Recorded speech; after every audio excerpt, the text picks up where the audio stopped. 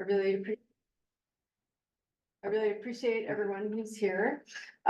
This is the first time we're doing this, so feedback will be greatly appreciated. We're trying to just give you all the information that you'll need to know as new faculty, the stuff that we've all had to learn just along the way on our own. So we're hoping to make this easier for you.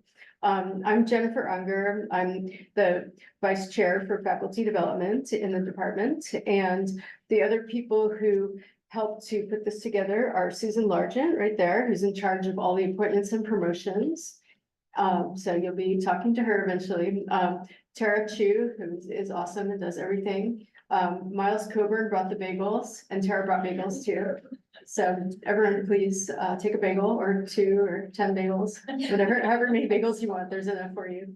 And so let's see, should we do introductions, or does everyone pretty much know each other? Do you guys just want to go around and introduce yourselves? Oh, sorry. Or never mind, don't do that. Yeah, okay. Just so you guys can meet each other too. Oh, is it here? Here. There it is. Oh. That's not the one. Oh. Back there. Okay. We don't have to do introductions. Check. Okay. Check. Okay.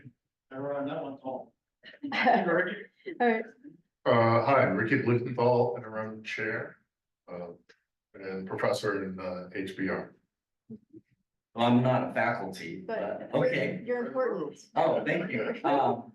I'm Andrew Zopp. I'm actually part of the IT team, which I will discuss a little more later on. So I'll save that for then, so I can expand more on that later. So Cool. great. Thank you. Susan Largent. Oh, I just passed it to Tara. Okay. Yeah, it's okay. Hi, I'm Tara Chu. I work with Susan Largent in faculty development and also with Ricky. Hi, Pauline Samari, associate professor. Hi, I'm Monique Franklin. I'm the HR rep for the department. A minute, okay. I'm Michelle New. I'm an assistant professor in the that's nice. Division of Biosafety. Why is that doing? It's the wrong mic and Yeah, well, we're all set. David Conti, interim chief of the Division of Biostatistics. Hi, Arthur Gallimore, assistant professor of clinical HBR. Hi, Chris Hendershot, just joined USC in the role of Director of Clinical Research at the Institute for Addiction Science. Am I allowed the mic? Yes. Why would you be allowed to? Miles Coburn, I'm in charge of environmental health and a bunch of things at the Kansas Center too. George Martinez, part of the IT team also. Ryan or Gregory Wilkerson, part of the IT group. And there are people on Zoom, right? Oh, yeah. Can people on Zoom introduce yourselves, except we can't call on you because we can't see you. Okay. So I can go. I'm Erica Garcia. I'm assistant professor in the Division of Environmental Health. I'm Kelsey Johnson. I'm going to be starting in December as an assistant professor in the Center for Genetic Epidemiology. That's it? Oh, well. Oh, okay, cool. Oh, okay. Thanks. Cool. All right, thank you. So our first speaker is Ricky Blumenthal, our interim chair, and you're also associate dean for social justice. Yeah. So here's Ricky. Let me first start by, you're never silent, Miles. Let me first say thank you to Susan and Tara and Jennifer for putting this together. One of the things that's hard at this university, I think in general, I can say that, is transparency. And so this is our effort, at least amongst ourselves, to try and share with each other our policy procedures, how we get things done. It's somewhat with the idea, hopefully, of lowering some of the anxiety that is natural to uncertainty. So, and I think the other thing is, and you know, the new folks will discover this, and the folks who are maybe not so new, have been around, probably already know this. You know, we actually do have good people in our department, and folks are, at least in my 14 or 15 years of experience, really doing their best to try and make things work as well as they can. And so as you get to know folks like Susan and Monique, do not be afraid. They are here to help you navigate the rough waters. And then as a faculty peer, you know, one of the things I really love about the department is that we all sort of want everyone else to win. So I mean, I've been at not a lot, I've been at a few different institutions over my time in the academic space. And in general, people here are supportive, and we have mentoring committees, and you can talk to people. And I think I would recommend that you do that as much as possible to figure out how best to navigate some of the sort of obtuseness of the university. And then in my role as interim chair, so I want to let you all know, you know, supporting the faculty is kind of job one in terms of how we make both our students successful and how we succeed in general as a department. And so if you have concerns, comments, complaints, suggestions, I'm always going to be interested in hearing those. And if we can do it and it makes sense, we'll do it. You know, I don't have any. I mean, my only stake in the game is the department functioning more effectively. So I'm happy to do whatever we can to make that happen. And the other thing is I am focused just on the department. So I don't have any other end game or agenda that's sort of motivating me in this space. So I just want to let you all know that. And then should I and then I'm supposed to talk about, because I will not be here because I have to go to another event. May talk about the Ready Council real quick. So I was previously the vice chair for diversity, equity, and inclusion in the department. Mariana Stern will be taking over that role. Hopefully you saw the announcement about that earlier this week or last week. So essentially beginning in, I think it was 2020, the doctoral students made a request of the chair and the faculty to begin doing work on racial equity, diversity, and inclusion in the department. We created a committee that works on that. We were also, thanks to Karen Thomas, successful at receiving some funding from the Robert Wood Johnson Foundation in their Transforming Academia for Equity. So there's actually money to do things. And so right now, what the Ready Council is composed of is basically 5 committees. I won't read them off because I'm not likely to remember all 5 of them, just to be truthful. But we have 5, and they do things like the climate surveys that were featured at the faculty staff meeting last week. There is a curriculum committee. Like I say, I'm going to do it. There's a difficult conversations committee. There's a committee on faculty development, and their big achievement was a year ago. They did a report that I'm happy to share with you on early career faculty and their needs, and they had a set of recommendations related to that, most of which I think we've implemented. This handbook, this orientation session is part of that, and then the soon to be released faculty handbook will be another one of those recommendations. And then thanks to Golene, we're going to be doing a student development focused program for the next year or two on Mosaic, which is called Mosaic, which she developed at the Mailman School at the University of Columbia. So look for opportunities to work on that if you're interested. And we do have some resources to support both student and faculty time related to those activities. So it's a really open group. They meet once a month, and then there are sort of subgroup meetings, and everyone is welcome to attend. And I have historically chaired those. I will now be handing that duty off to Mariana, and then hopefully a student leader who will be involved in those efforts as well. So, questions or no? Yes. Any questions, comments, complaints?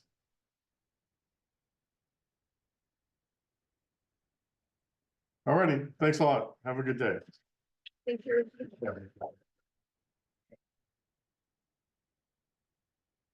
Okay, so the next Ready Council meeting, I think, is tomorrow at 8:30. Is So, yeah, so if anyone's interested, you can email me and I'll send you the link. 'Cause you might as well join at the beginning of the year. It's a good group. They're really constructive and interested in increasing equity and diversity in the department. So our next person up is Ralph, who is not here yet.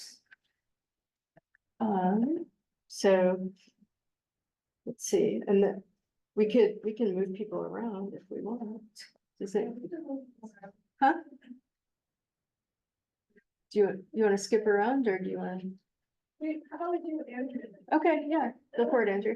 Thank you very much.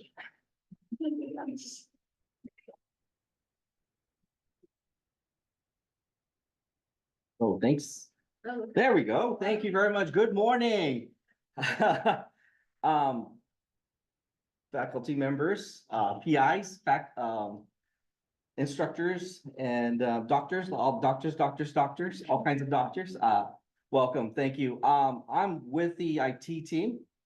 I coined the word information technology and multimedia services because this is all reflective on a vision where our team is not only limited to the technology, but also we work with so many different teams, which I'm going to go through. So that's what ITeams means, by the way, the acronym information tech. So our mission is to advance research of educational initiatives department. So this is basically, we're going to serve all the faculty, staff, and students of this department and bringing in all kinds of different innovations and new technology, as well as being able to maintain what we have. And of course, we've added this last statement to be able to adapt to different financial situations. So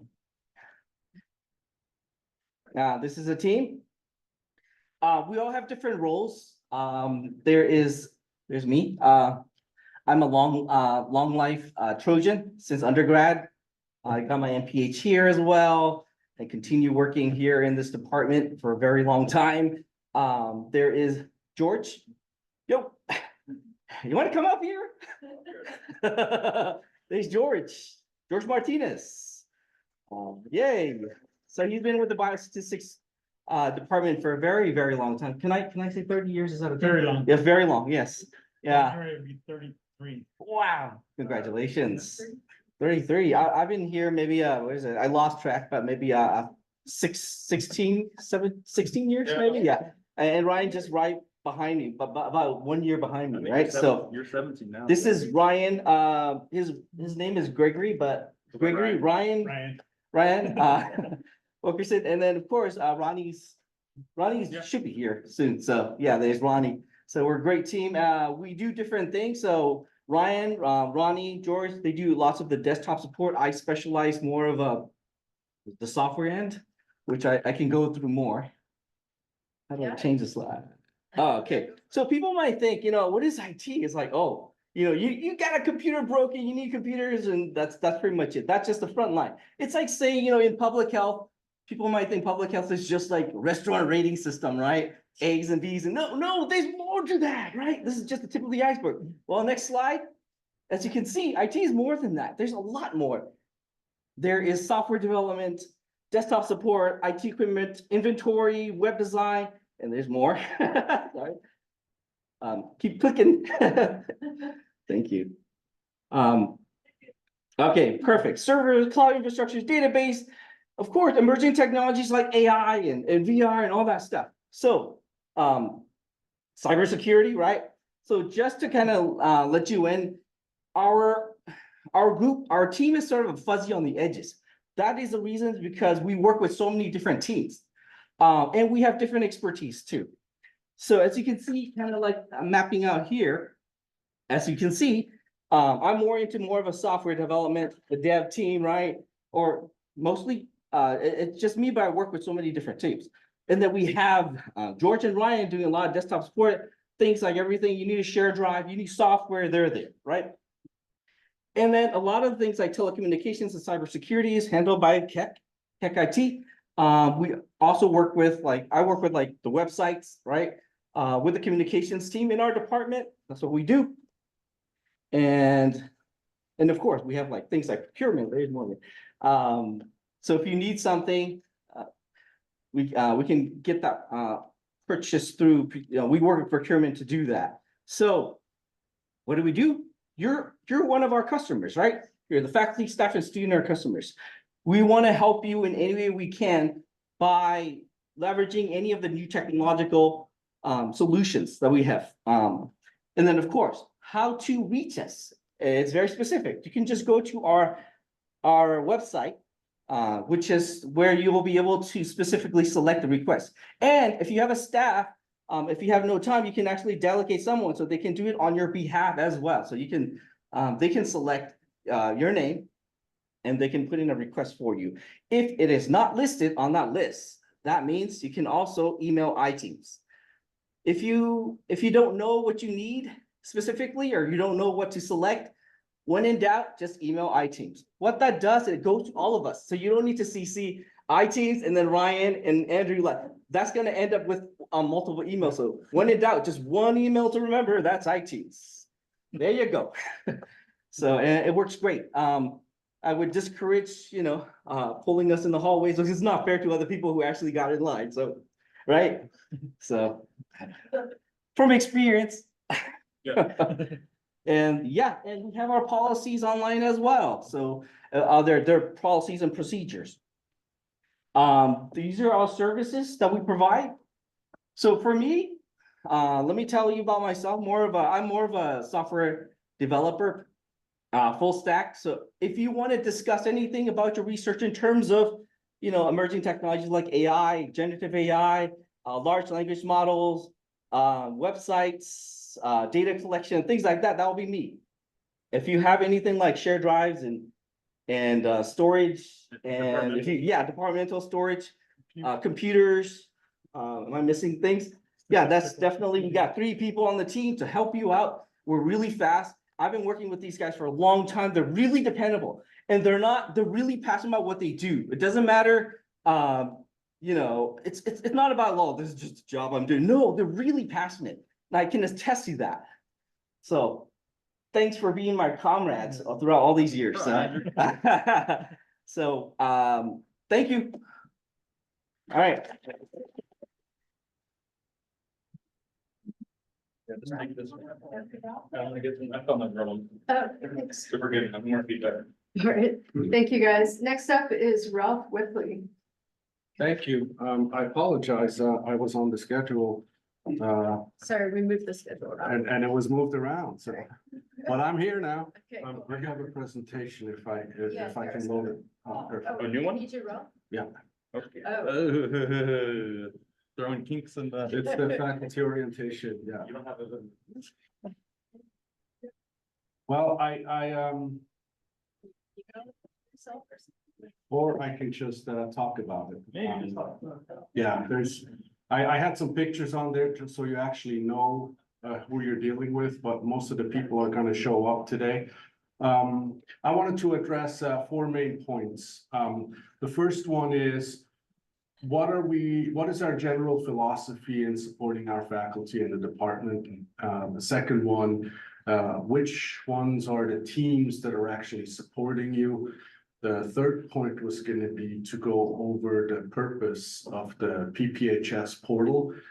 And I want to give some time at the end to answer any questions. This is just a general overview so you understand how the department works, who your key people are that you can go to, and what the key technology is that you have at your disposal to get further information or connect with any one of us. Obviously, we're all here. You can reach out personally to us, but we do want to have the PPHS portal as sort of the hub for reaching out to you with informational materials, access to policies and procedures, and so forth. And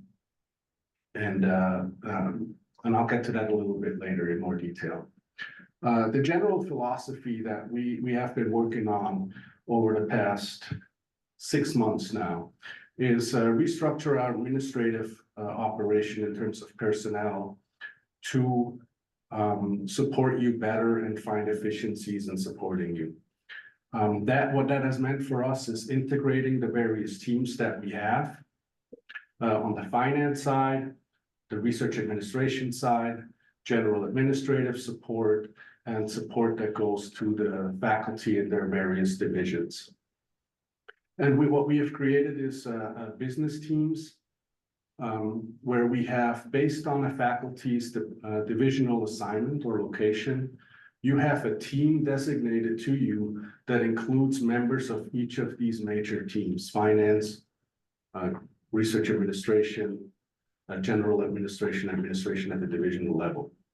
So when you reach out to us, that team will collaboratively solve the issue that you need help with. And if it requires coordination, they will do that amongst themselves, and you'll have one point person to reach out. Obviously, if you have a specific question about HR, you can always reach out to the HR rep. If you have a specific question about ITS, you can reach out to the IT people. But there is a team behind that if coordination is required, for example, between the finance team and the research administration team, they will do that behind the scenes. I want to go through the teams really quickly that you have and who the team leads are. First, on the finance side, we have Morgan Frierson. She's here in the room. She leads our department finance team and has two budget business analysts working with her. And she's in charge of all department finances and accounts. So if you have a question about your startup account or your discretionary account or the designated gift account that you may have, a reconciliation, you need to do an expense transfer, all the transactional items on these accounts, her team is responsible for that. Then we have the research administration team, which is a large team led by Martha Porras. She's started a couple months ago and has already done a great job in reorganizing the team and hiring. We're expecting 2 additional people on that team within the next couple of weeks. And that team, she leads a team of 9 research administrators. And they're responsible for all things related to grants, whether that's your grant reporting, your pre-award grant proposals, your post-award payroll accounting adjustments, effort certification, and so forth. Those are, and if you have a question specifically related to a grant, you can reach out to her and her team, and they will work on that request. And if there is coordination required, for example, effort allocation between teaching and service and grants, Martha and her team will behind the scenes coordinate with the finance team and the program directors for the academic programs to make sure that the effort allocation question gets resolved. Then we have the human resources group that is led by Monique. She's in the room. And she works with Christina Tixay, who is our payroll administrator on all things related to HR. Monique is mainly focused on helping with hires, reclassifications, market adjustments, position changes. And Christina is responsible for all things related to payroll. So if there's payroll changes that need to be made, or you want to set up somebody on the different allocations, that's normally input into Workday by her. She works very closely with both Morgan and with Martha to make sure that whatever changes occur on the position side or on the salary side, allocations, that everything gets processed correctly and the numbers work out. Then we have Luz Moncayo, who is responsible for everything related to normal business operations in the department. You know, your coffee machines, your room assignments, if you have if you want to do some remodeling in your office, if you need to reserve space for a meeting, Luz will be able to support you with that. She has two staff members that help in that regard. Those are Angelica Guzman and Corinne Enriquez. Corinne is occupying the front desk, but is helping out with mail distribution and other things. And Angelica is supporting Luz and the chair with making meeting reservations and so forth. Both Corinne and Angela help out when there is a crunch on the personnel side with processing reimbursements and doing procurement, but those get assigned based on workload, and I'll get to that a little bit later. And then we have two staff members that support faculty members based on there's a divisional assignments for reimbursement and procurement. Eileen Goforth and Janae Green are there to support the faculty in that regard. Their assignments normally get done through the PPHS portal, which I'll explain in a second. Now, I wanna make sure that everybody understands that for reimbursement requests and procurement, that the support is mainly there for faculty. And procurements on sponsored research grants where there is designated staff as project coordinators or project administrators, those procurement items should be done at that team at the grant level. So your personnel has access to do procurement and use P cards to make those purchases. The staff, either Eileen or Janae or Morgan's team, is available to help out and answer any questions if your team members hit a roadblock in that.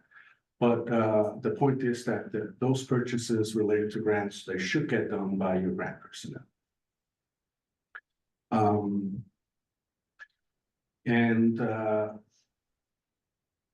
The last point, the PPHS portal, and that's very important. We have been trying over the last year and a half with the help of Andrew's team to really make the PPHS portal the hub for any information that you may seek.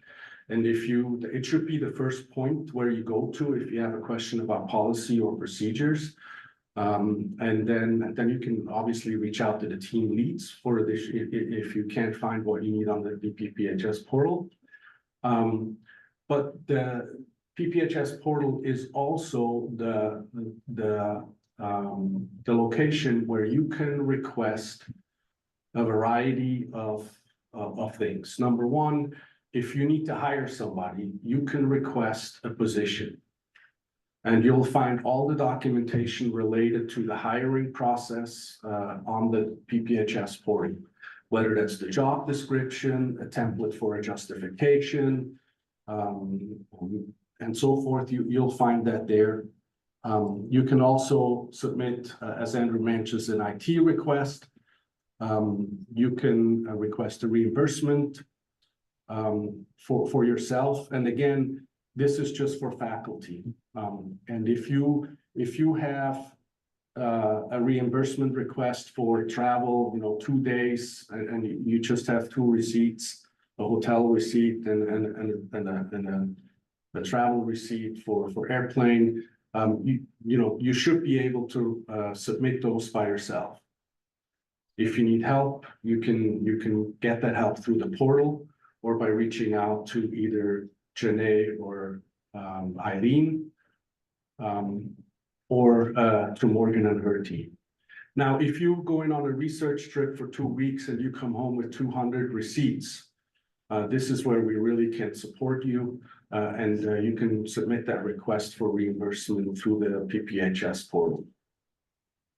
There are a variety of other requests that you can submit. The room reservations can be made through the portal. So if you have a team meeting on your research grant and you need a larger conference room, you can go and reserve your room there. That's preferred. But you can also reach out directly to Luz and say, hey, I need a room, what do you have available? There are other things on the portal, and we may have a subsequent meeting where I can get into the details a little bit more about that, because there's a lot of stuff there. But I want to quickly outline why we use the portal. Number one, it's a place where we can centralize the information and we can easily update it for everybody, and it's accessible to everybody. Number two, we can streamline the process in a way that we have oversight and some accountability of what is submitted, how does it get dealt with, what is the timelines that we deal with it, and we have some way of measuring of how our teams perform, and intervene if there needs to be additional training or we need to shorten the timelines. We can actually see what's happening. And the last reason why we start using the portal more for these processes is to manage workflow and workload. So that if something gets submitted, as I mentioned at the beginning, depending on your divisional assignment, you have a core team of people that can assist you across finance, research administration, general administration. And if one of those teams is really busy right now, we can assign a particular task to somebody else on another team to make sure that the workload is distributed and we can deal with all the requests in a timely manner. And with that, I'm happy to answer any questions. Does everyone know how to access them? Yeah, yes. I have a very quick question. So just talking about space and everything, who is the person that we talk to if we need file cabinet space? Loose. Yeah, if you need file cabinets, you need storage space, you need a new chair, you need a chair. No, I'm not talking. We are, yeah.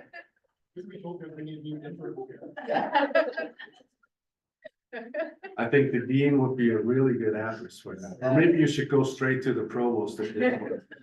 No, yeah, chair, you know, whatever, if you feel like your carpet is dirty and you want to have it cleaned. If you think you don't get enough sunshine in your office and you want to transfer to the other side of the building. Yeah, loose. Oh, Erica. Go ahead, Erica.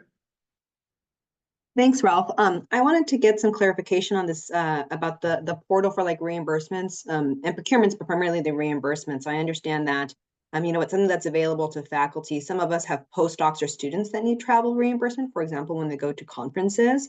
Is the expectation that the faculty submit the reimbursement on their behalf through the portal because they don't have the access, at least for my postdoc, they don't have the you know, a reimbursement tool in their version of the portal?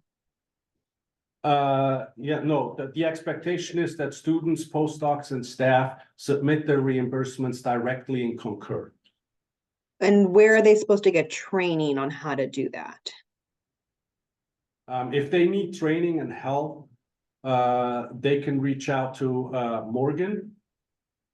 And but typically, if there are some training tools available online as well that can be downloaded. Those should be available in the PPHS portal. But if they need training, they can reach out to Morgan.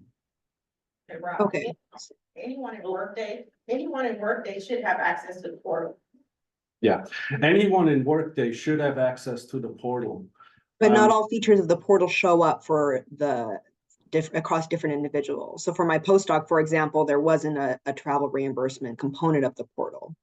Okay, well, I'll look into that. That should not be the case. And so Andrew, if you could check that out and make sure that that's turned on. The portal, the reimbursement and procurement request portions of the portal should be available to everyone. Yeah. Okay. Thank you. Ralph, if I may, this is Martha.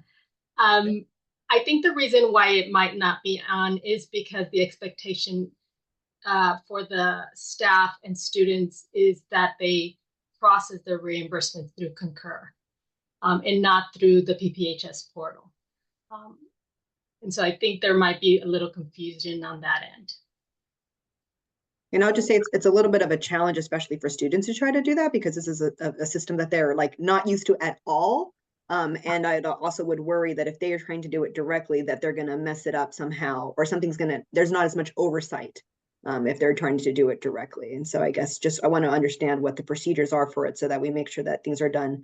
I understand the efficiency aspect of this, but also appropriately, so things aren't being charged inappropriately, or they forget something. There's students and postdocs and even faculty don't always do things the right way, especially if it's a procedure they're not used to doing or not been trained in. Yeah. Eric, and we have seen the need for training, and on the back end, we're reaching out to folks in Concur and in the travel services to offer a department-wide training, staff and faculty, just as a refresher for those that know how to use Concur, but also as a learning opportunity for those that do not. And then there are appropriate approval processes in place to ensure that if somebody is using a grant account that they shouldn't, or an account that's not for the faculty that's supporting their travel, that those checks and balances are in place to avoid any charges on accounts that shouldn't be charged. Great, thank you. Any other questions? I actually forgot one person that is really important for you guys. Early career, mid-career faculty members, and that's Susan. Susan Largent is going to be a key, or the key person to help you with all things related to your promotional tracks. If you are on the clock and you need to submit dossier materials, or you have a question about what should I do right now at this point in my career, do I need to teach? Do I not need to teach? Do I need to focus on research? How many publications do I need to have? And what does my dossier need to look like? Reach out to Susan. She's really important in that process for you. Yes.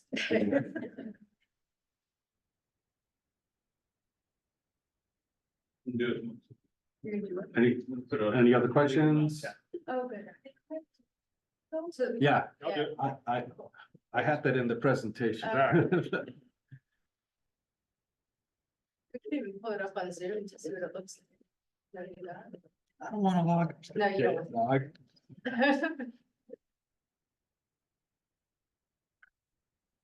Do a portal workshop later. You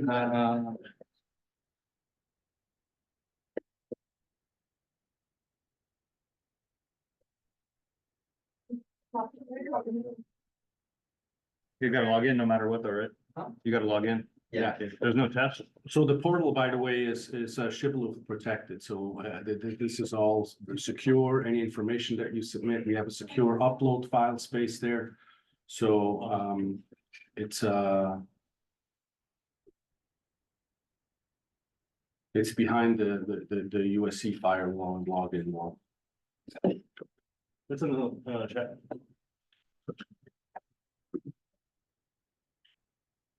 And I think that the general URL is PPHS portal.usc. yeah. PPHS portal. What am I?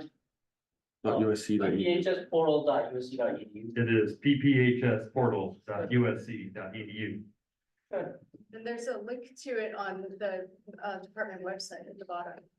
Is it? Yeah. Did you put that up? All right, thank you all.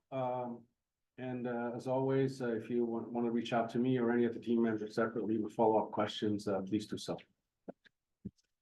Thank you, Ralph. Yeah. Yeah. So now, is Morgan up next? Okay. Wait, yeah, you guys have to talk, yeah.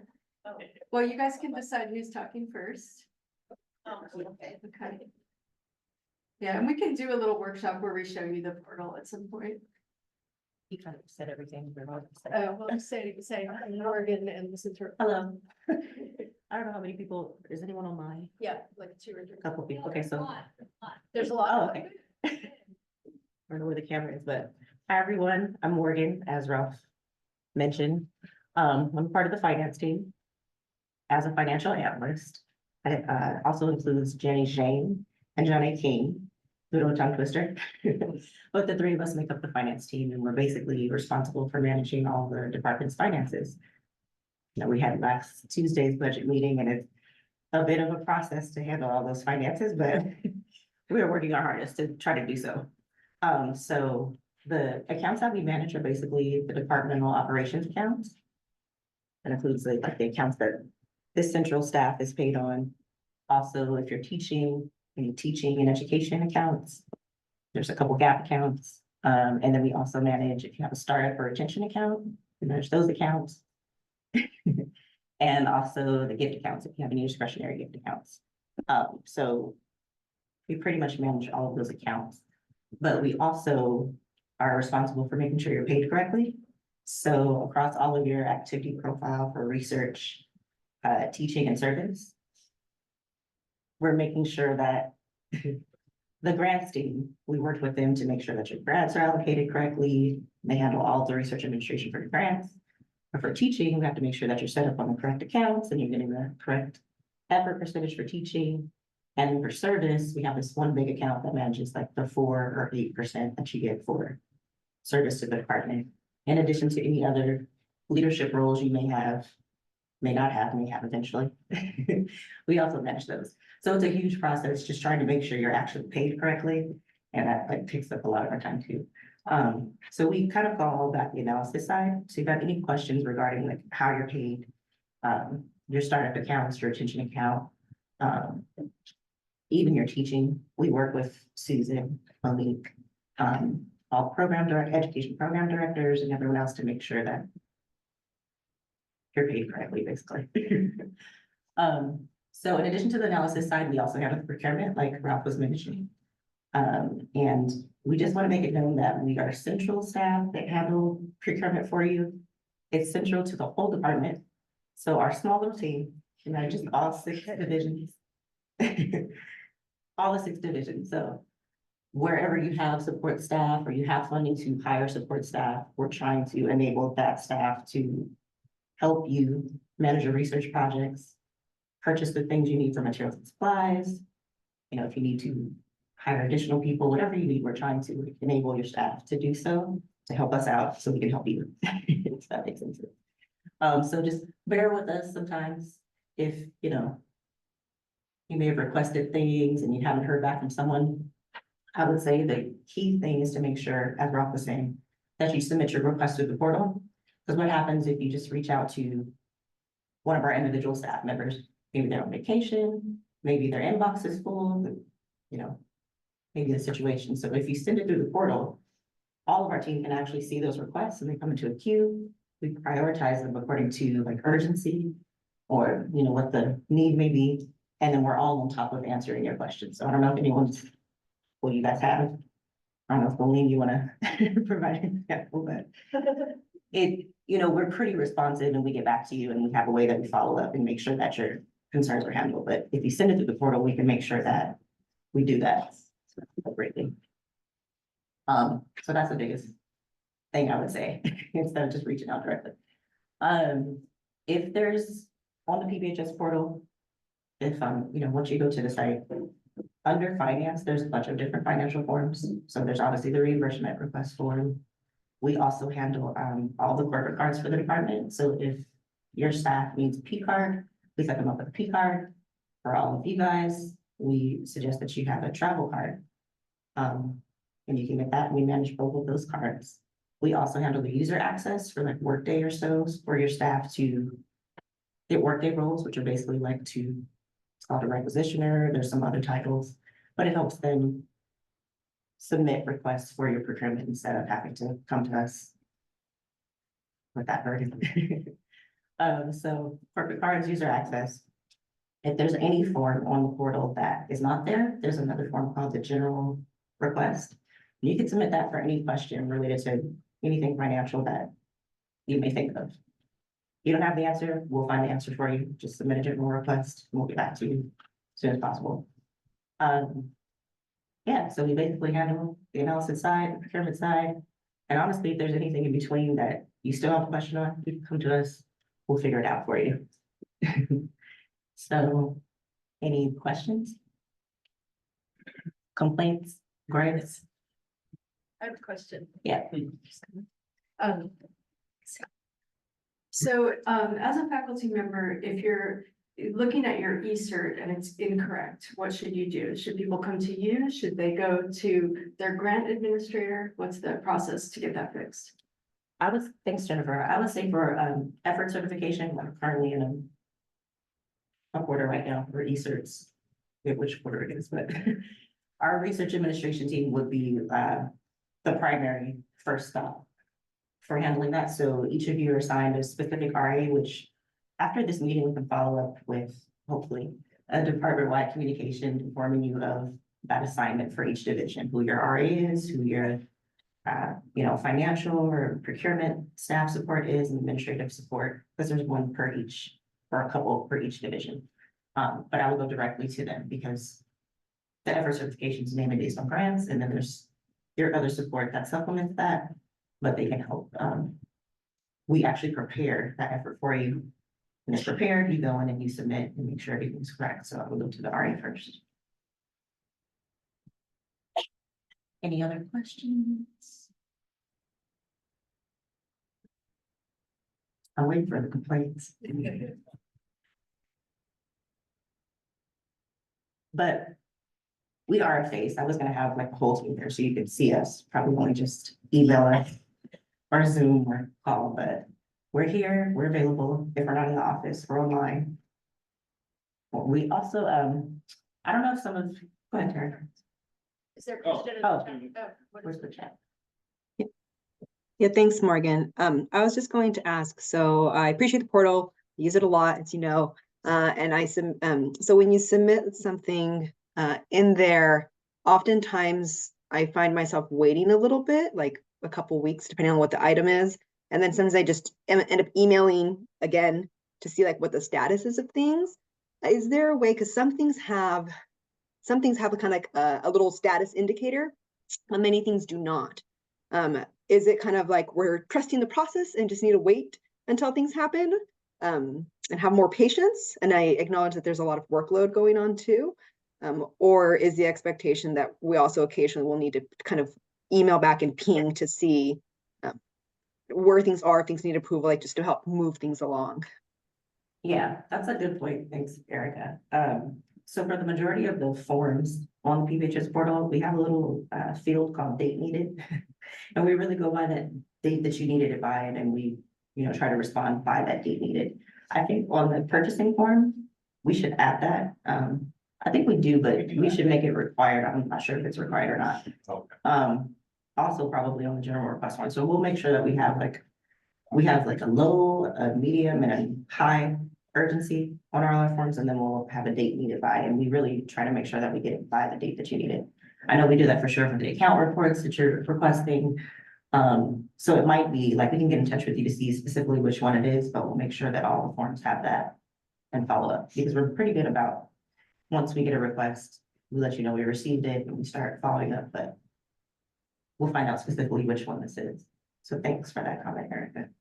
Yeah, and then I was gonna say, similar to how some aspects of the portal do have like a status, like it's been submitted and it's, when whatever stage, like the hiring process has a really nice version of this. I would also make a suggestion if for some of these other ones that don't have that piece yet, that would be nice too, because then I can just check it instead of emailing and bugging you all.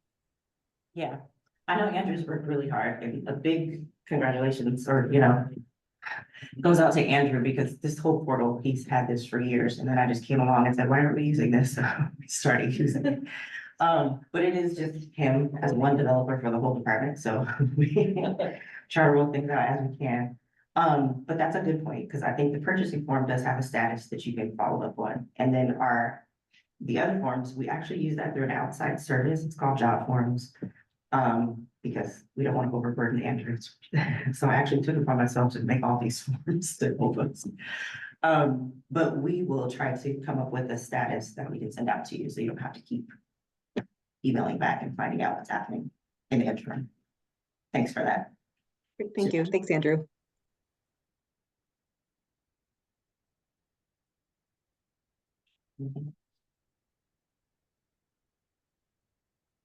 Thank you.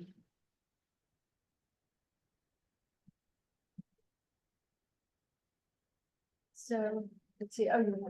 Okay, yeah, go for it. Just a little. Oh. Oh, Liz is. Oh, there, okay. So next we have Luis Montero. And then Monique. There. Hi there. So Ryan, you're gonna advance the slides for me? Tara will, but. Oh, Tara, okay. Hi there. So I'm Luz Moncayo, and I think this is a great thing that we're putting together. And I would also recommend we do a staff version of this. Anyway, so I have several things. So Soda One access, when you walk in the door, you need to have badge access. Probably the beautiful temples, clean beaches, Hey, Melissa, you gotta mute. Thank you. So you need to have your badge access to enter the building, and if you're on the third floor, you need access to the third floor. Zoom, so in order for you to get a Zoom phone number, you need to log into Zoom with your USC credentials first, and then once you've done that, then I can put in a request to get a Zoom phone number assigned to you. We do have shredding bins on each floor. I believe there's two, and then one on the first floor. We have 7 kitchens that are ours. There's 3 on the third floor, CSP, the business office behind the elevators on both the second and third floor, and then environmental health, and then on the first floor.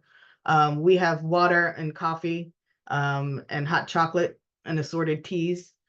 If you have guests that you're expecting to come in, please let the front desk know when you're expecting guests. And they'll give them the access to the third floor if you're up on the third floor. Our conference rooms are scheduled through Soto Rooms. And that's another thing that Andrew has created for us. Thank you, Andrew. And please note that classrooms have priority. So if you've booked something and a class needs to be scheduled on that, you will get bumped. Okay, the next slide.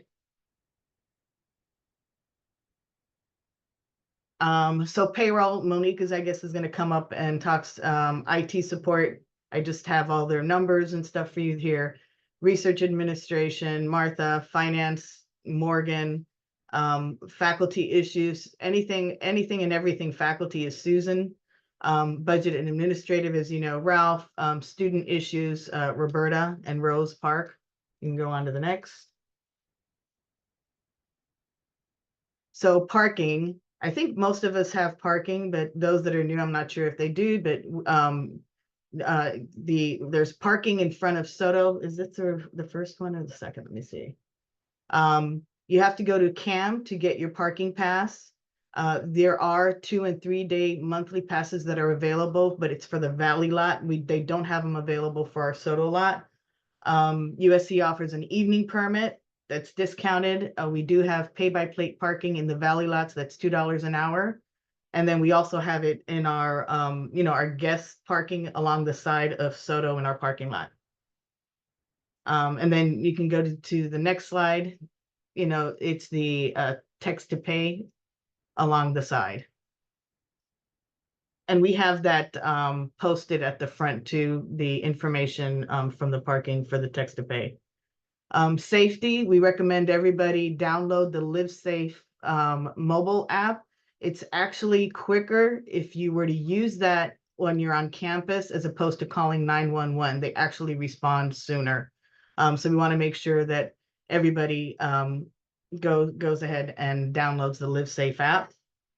And go to the next slide. We have DPS that is right across of the parking lot. If you go there and no one answers, we have there is the phone number, their general number, and then for the emergency and non-emergency numbers. And then also sign up for Trojan's Alert, but it's my understanding that new staff and faculty are automatically registered, so you may want to check that to make sure that you are getting the Trojan's Alert. So like when they had the earthquake, you should have received something. And then next. Oh, there's a question. Hold on real quick. Oh. Luke. Yeah. I have a 2-day parking thing, but I can't just put the receipt on my car window. I have to check it online every time I park at Valley. Give it a day parking, but you have a receipt. They didn't give you a placard for that? Okay, so they say they're no longer giving out like placards, or I have like I used to use, I mean, I never received one. I used the temporary thing, which is like the receipt, and I put it on my window and that was okay. But then I got this email yesterday saying you have to log in online and put in V and like the last couple digits of your ID, faculty ID, and then it's okay. But they're expecting some kind of online thing now. I could forward it to you what they sent me. Yes, no, that's great. Thank you. And it's my understanding that that was coming and there should be something coming out. I didn't realize that it was already, they're supposed to make an announcement to everyone about that. Yeah, I think they're going to be going by license plate identification as far as parking as opposed to having those placards, but they haven't officially, said that out. So they're probably doing that now to keep track of the days that you come in and thinking, I think maybe the idea is to give more flexibility in locations where you can park across HSC and UPC. I don't quite understand. To me, it's just, it's kind of strange, but that might be what they're doing. Yeah, okay. Well, I'll make a note to further check in on that too. All right, so then also, so the department has several committees, and one is the Office Life Safety Committee, which Rima and Sharray lead, and we meet once a month on the first Tuesday of the month via Zoom, and it's faculty, staff, and students. We have our go ahead, it's okay, the Ready Council, which I'm not sure if Ricky's going to address later. It's also faculty, staff, and students. We meet the fourth Friday of the month at 8:30, so that is tomorrow. If there's anybody else on here that would like to join, let me know and I'll add you. Then we go into these are the different committees, which this whole thing that you're doing here came out of the Ready Council. The faculty group was the one that brought this all together. So we are making, we're doing stuff within this council. So we have a climate assessment committee, we have a curriculum review committee, we have a difficult conversations group, and you can go on to the next, the faculty development committee, and the student mentorship. And if you're interested in any of these, you can let Karina Dominguez know, or you can let me know. Next, we have PPHS Fellowship. And I don't know if Amy is in the room or online, but she started this just before we went out in the pandemic, and it's continued online. So if anybody's interested, here's the information. Next one, we also have in supporting exercise and movement within the building, and part of our wellness Walk USC program. We do have 3 walks that we do Tuesdays, Wednesdays, and Thursdays at 11 o'clock. You need to sign in behind, we meet at the lobby behind the reception desk, and you sign in and you have to scan the QR. And they're actually going to be offering incentives for the people with the most logins. That's going to be coming. So I'm going to preparing something to be sent out department-wide to give more information on that recognition that they're going to be doing. We also have 15 minutes of fun during the pandemic. When we initially went out, we started this, it was actually started as just listening to music for 15 minutes and to try to create collaboration and talking to one another and trying to keep some sense of community. Because, listening to music takes you to a different space and time, it's hopefully, positive. So we've decided to bring that back, but we're doing it in person, and now we're dancing. So, part of our wellness initiative to keep us moving, we do 15 minutes. Mondays and Fridays, it's 10 to 10:15, and then Tuesday, Wednesday, Thursday, 1:30 to 1:45. Next, and Susan's in the room. Susan, do you want to address this? The Be Kind to Your Mind. And this was also brought together from the pandemic. Susan, you coming up? I am. Okay. Okay. We started this, like Lou said, a little closer. Okay, I don't want to. There you go. Come up so we can see you. No. But basically, it's just a time where we talk about like mental health and things that we can do to help. And, you know, we kind of support each other, the people who are dealing with maybe depression and anxiety or things that are kind of unusual, but actually very usual, very normal these days. So it's just kind of a support hour once a month. That sound about right? Yes. Yep. Okay, great, thank you. Okay. And then the department is participating in this stand and move, and I'm sure you've heard from, you know, from Genevieve as well. If you go to the next slide. So we started freshening up our stairwells and putting signs on there to get people motivated to use the stairs. The 15 minutes of funk and the walk USC are all part of our initiatives. And then the last slide, I think that's the last one. So what we're trying to do now is encouraging people to take small breaks, or even within your meetings. You know what, why don't we all just get up and stand up and move or stretch right now, right?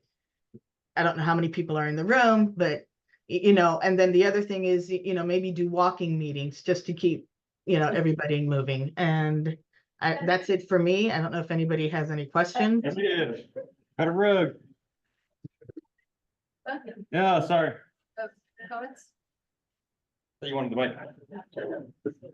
Comments. Oh,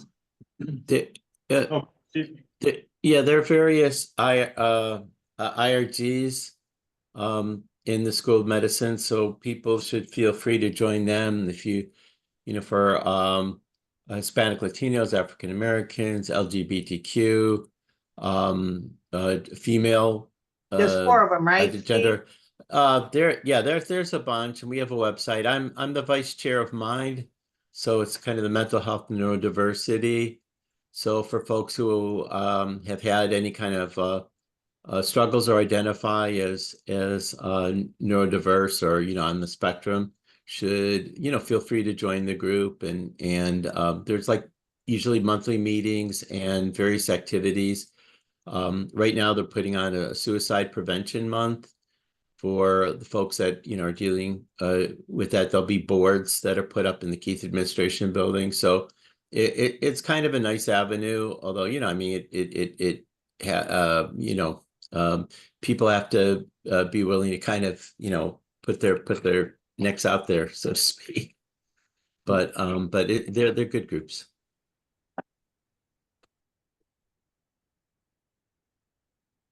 So any other questions? Okay.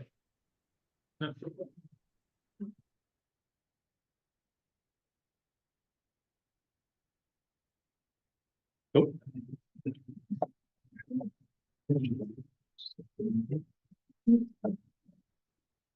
Thank you, Liz. Next up, we have Monique, who runs HR.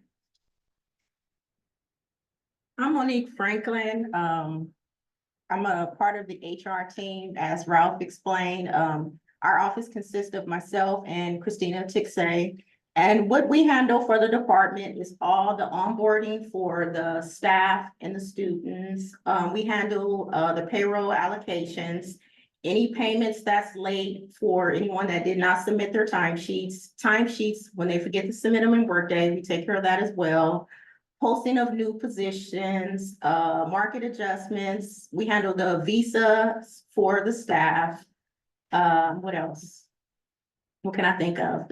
Only portion of our job right now is currently on the portal is to request a position. The reason being is because, as you all know, who's ever requested a position or any other type of HR related item, there's a lot of forms involved. So when there's a lot of forms involved, instructions need to follow those forms, because I know a lot of those forms are confusing. Some of the request forms don't make sense. So what I have to do is go in to make them make sense sometimes from your feedback, and I appreciate it.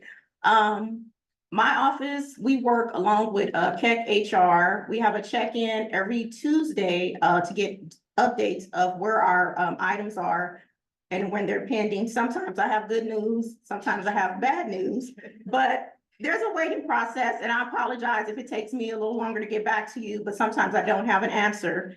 And so I try to respond within 8 to 24 hours. I know this month has been a little busy for us because right now we're working on all the fall students, getting them set up, onboarded, and all that, the good stuff for them. So right about now, it's starting to calm down, so we should be available when you email us. And I'm normally here in the office Monday through Thursday from like 8:30 to 4:30, so feel free to pop your head in. I'm always there. Call me, because sometimes with emails, I get like maybe 20 emails a day by the time I get here, and by 50 by the end of the day. So I know sometimes emails get lost, and I always get the email, hey Monique, I'm putting this back to the top of your inbox. And I appreciate that because I get a lot of emails. So that's pretty much it. If you have any questions, concerns, complaints, let me know. The complaints can go to Ralph, so. Lord, I'm here if you have any questions or concerns, ideas, tips, anything, just let me know. Questions? Can I ask a question? Sure. Thank you so much. That's Ralph though. Yeah, everything's Ralph's fault, right? Everything's Okay, I just wanted to ask about the new procedure when you're hiring. There's like a new form that you have to fill out and get it approved by KEC, and how that whole process works, because that's new to some of us. Yes, it is. So, and this happened right in the middle of fiscal year changeover. What the university did, they rolled out a new, because of the whole financial situation, I guess, rolled out a new process to where grant funded positions and also positions that's on like startups or retention accounts, whatever, any type of account, you have to fill out an additional form before we can even request the position in Workday. So that's what the new process is. What's the purpose of that? They want to make sure that we have funding to cover the positions, and I shared with Ralph yesterday, because there was an administrator meeting about the new process. When it's grant funded, supposedly they're supposed to approve those right away, but they don't. I mean, we've seen the lag time because, and what I had explained to Case on HR is that, I'm sorry, I'm looking at Jennifer, but I'm speaking to everyone. With the grants, I had to explain to them on Tuesday. Normally with the grant is the position is budgeted before we even put in a request for a position. So these should not lag time. We need to get the staff hired, onboarded, and get them in and get them working. I just had a position that we requested back in May. I just got the approval last week. So items like that, I mean, if you see something lagging, I try to keep you updated wherever the status is or whatever the case may be. But sometimes Jennifer has done it. You may have to email Ricky, and I don't mind emailing Ricky. Hey, Ricky, can you reach out to Carmen or to the dean's office to get this pushed through, because you need to get your staff onboarded. So if that's the case, go ahead, feel free to involve Ricky if something is taking too long as well. Sorry, if I can just add a couple things to that. That process was started similar to what was underway during COVID with the Strategic Hiring Committee. Right now, there is 3 people that are in charge of approving all USC related hires, regardless of the funding sources. So everything goes through 3 people at the university, and one of them is a rep from the tech school. That's Judy Garner. There is Mark Todd, who is the Senior VP of Finance, I believe, something like that. And then there's a third person. They review all position hires or all position requests. The decision time that they have communicated yesterday between the request, if everything is submitted properly, and the decision that's made at that level by that small committee is 1 month. So if you submit a request for a position on July 1st, you should expect the decision by August 1st or July 31st. They have said that for grant-related positions and startup and retention fund related positions, where we have the right justification and paperwork, they can approve those quicker. But there's such a backlog right now that they don't expect to have cleared up until the end of September, that there's still delays on those. The key point here is if you have a grant-related position, startup funded position, to submit, to work with the RA team and with Morgan to make sure that the accounting is submitted with the request, so that we can indicate that position is going to be funded for the year by these 2 accounts. Here is the printout or the accounting for these 2 accounts that shows that we have funds available, and that's applicable to grants as well. And if the grant account expires during the first year of hire, you need to indicate which grant is gonna hire, is gonna be available to pick up the funds for the remainder of that year. So that you may have to have 2 grant accounts listed, along with the accounting that shows that you have enough money in there to support the position. Yeah. And that has been not clearly communicated to us. It has now been communicated, and we need to make sure that we have those documentation, the documentation relevant to the funding for each of these positions attached to the request. Thank And an example to what Ralph just said, make sure the RA know the funds are there. I got a rejection for something for $25. Oh, I'm sorry, somebody on this side. One of the grants that was submitted for a request was short $25 and they returned it to me. So it took me longer to try to reach out to the faculty person to say, hey, where are you gonna pay this $25? So just make sure every penny is there that you plan to hire with. Oh, I guess, one quick question and one little bit, maybe more in-depth question, but the first one is, what do you prefer that the faculty go through the portal to request, position postings through you, or do you prefer email? Well, I know Andrew's gonna get upset and Morgan and everybody else. Me, because, the portal is great, but if you send it to me in email, I still will accept it. Even if you come up to the office and drop it off, I'll accept it. You can, but you should go through the portal. Any of the above, just to get to me, I'll accept it. Yeah. And then, I'll follow up really quickly. The advantage of the portal is that if you select the position in the portal, that the system will automatically generate the right job descriptions and so forth that you need to fill out for each specific job description or job category. And that way we can make sure that when the request is submitted, that the documentation is there. and then the second question is about, consultant, positions and grants. And I know that process continues to change. It's evolved with new, state laws. And so at this point, what is the process? So for our new faculty who want to hire consultants, what should they do? So the finance team has got involved with that because they have to assist with the procurement side. So the request should go through the portal because they keep track of all the ICAs to make sure it matched with the PO. So that request should go through the portal. Okay. And then someone will help guide the faculty or their staff. Yes, yes, and they'll get the form to me eventually, yeah. Monique, if I may chime in, this is Martha again.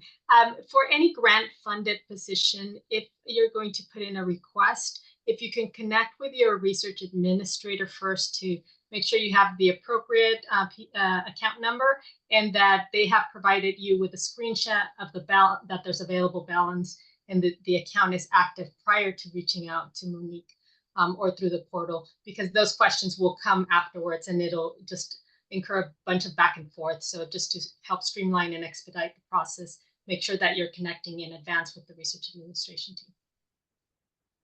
Yeah, what Martha said. Oh, I don't have one.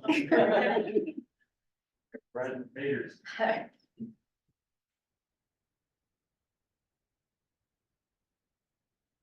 Hi, so just to clarify, based on what you shared and Ralph shared, so there's no real difference in the timing of the process for grant funded versus otherwise funded positions. Well, with the grant funded, and Ralph, you can correct me because you went to the meeting yesterday, those are supposed to go faster because that's only one tier of approval. When it's a retention or a gift account, there's a second tier of approval that goes to UPC for approval. So that's what the difference is. So there will be a slight difference. in There will be a timing. slight difference in timing, yes.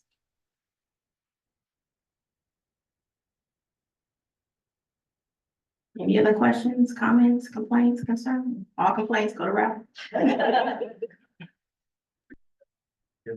Nobody in the chat? Oh, I have a question. Oh, is anyone in the chat? It's just Steve put the link. Oh, Okay. can I ask another question? Thanks. Oh, another person in the chat?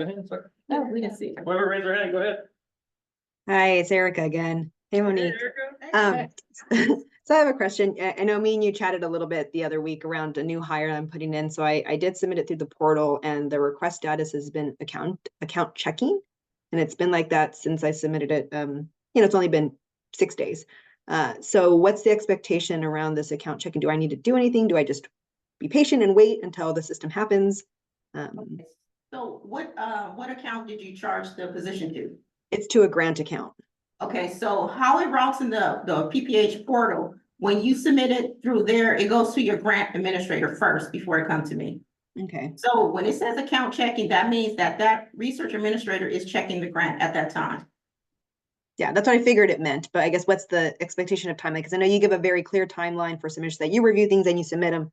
You review them on Monday, and then they're due on Tuesday, or not Tuesday, sorry, Wednesday around these things. So what's the do you have a sense of the timeline? Maybe Ralph or Martha can comment on the timeline around the account checking for grants. Martha, you want to comment on that? I'm sorry, can you repeat the question? Yeah, so I submitted a new hire a new hire request through the portal, and it's coming off of a grant. And so now the request status is account checking. So it's being checked for, to make sure presumably my grant has enough money to hire this individual. What's the expectation around timeline for that? That should be pretty quick, no more than a couple of days. If it delays for longer than that, you can loop me into the correspondence. Okay, so is a couple, like right now it's at, day 6. Is that enough time? How patient should one be? Like, what's a couple days? Is a couple days a week? 10 days? A couple days is 2 days. Okay, exactly 2 days. Yeah, because all it requires, unless there's any nuisances in the grant, for example, if it's a grant that has ended and we're waiting for an amendment and the amendment has not been received, or if the amendment is in the process of review and execution to grant through contracts and grants, and all of that would delay the extension of the account or the setup of a new account. And so the research administrator would have to figure out an alternative funding source to put in place, or connect with you to see what the approach would be. But in essence, when we get a request for checking the funding source, it just requires us to go into Workday and provide a screenshot of the balance of the account, and that the start and end date of the grant falls within the period that you're trying to hire the person. Okay, yeah, this one should be pretty straightforward. It's in the middle of the year 2. So I will follow up with you. Thanks.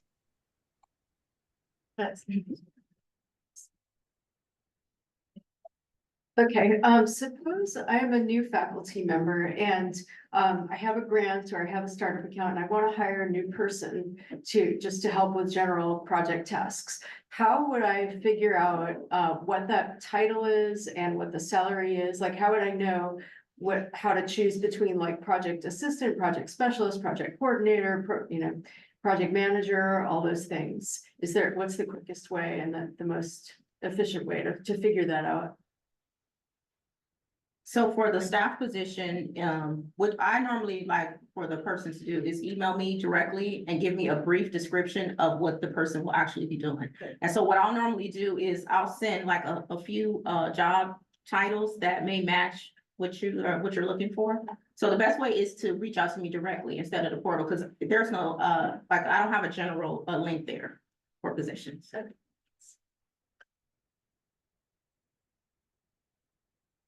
Any other questions, comments, complaints? Ralph has a really. No, I don't have a question. I just want to follow up really quickly on the question that you asked. If it's a grant funded position, you really want to look at your budget that you submitted. Yeah. And if you have a certain job category in there, you want to use that one. I know that needs change here and there, and you want to hire, a person at a lower level, but if it's grant funded, you have a line item for a statistician or a project coordinator in there. That's the job title that you should be using. So we would have to figure that out when we submit the grant. Yeah. Okay. So I have a question for you, Rob. What if they don't know when they submit the grant what they want to hire? Yeah. I got you. Talk with your research administrator and then with you. At the grant proposal stage, I think you know what your needs are in terms of what needs to get done. Oftentimes you work within the confines of the budget, so you may want to stick something in there that doesn't suck away a lot of money from other important things.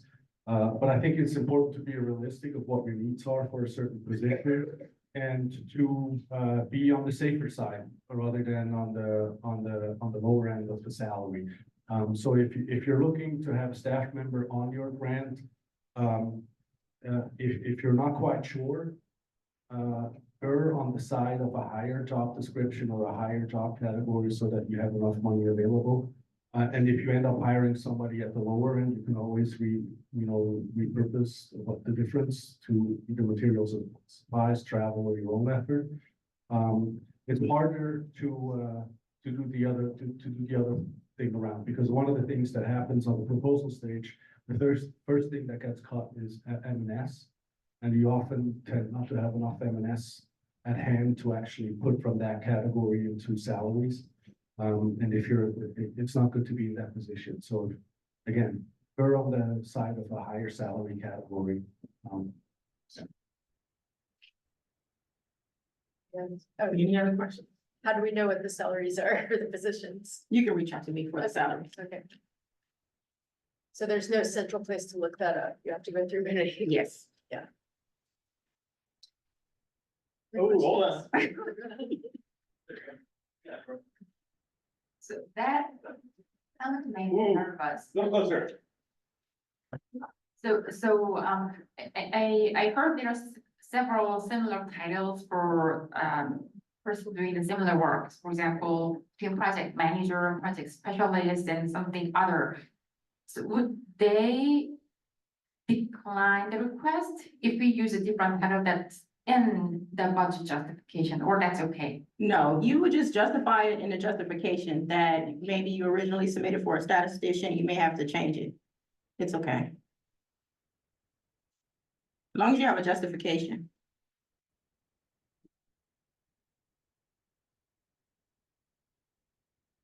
Maybe I'll just paraphrase Ralph.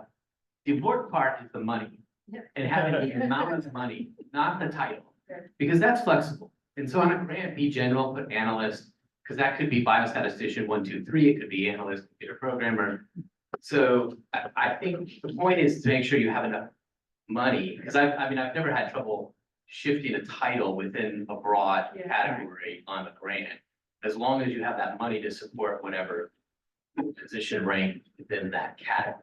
So I think that might be what you're really getting at, Ralph, is that the money's there, but I would be shocked if they ever said, well, you switched from a analyst to a programmer to program manager. No, that is absolutely correct. The important thing is the money that the money's there. There is a slight caveat to that, and that's administrative personnel. Right. Because administrative personnel on your standard research grant is not really allowed. And that's a whole separate, and your RA will know that and they can advise you on that. But when it comes to technical staff or on your grant, yeah, you're absolutely right. You can put it project specialist, project manager, coordinator. The important thing is that the money's there.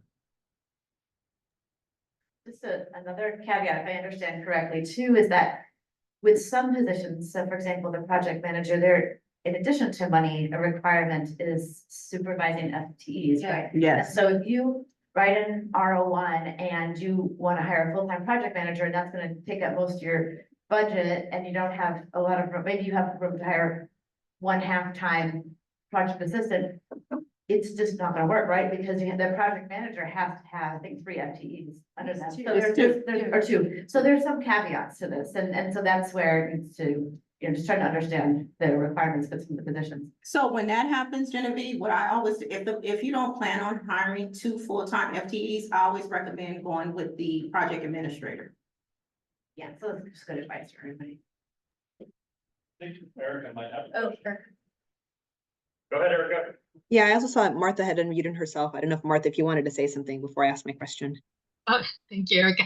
I just wanted to also add to that, as long as we're not the change is not in key personnel, the scope of the grant, of the work in the grant is not going to change with any of these changes. Those are also from the grantsmanship, the things that to look out for. So yeah, in technical staff, you're able to switch around as long as Genevieve mentioned, you're not using the bulk of the funds for one staff, and then you're not able to accomplish the scope of the work because of the reduced staff in other areas. But in general, as long as it's not key personnel that you're increasing or reducing, you should be fine with the differences in the technical staff titles or roles, as long as they fall within the scope of the project or grant. So I had a question that related to something that Ralph just said and also ties back into something we discussed earlier. So in my grants, I always just have technical folks. I never thought about having administrative folks in there. And I think Ralph said, if I heard him correctly, that some aspects of some administrative folks are not allowed to be on grants. And I wonder how are we supposed to think about this, especially for new grants moving forward, with this idea that some of our project staff will have to be doing some administrative tasks like procurement and reimbursements and things like that. So how do we think about that for, especially for new grants, when we try to think about our budget and what's allowed, what's not allowed, and the current situation in our department? You want to answer that, Rob?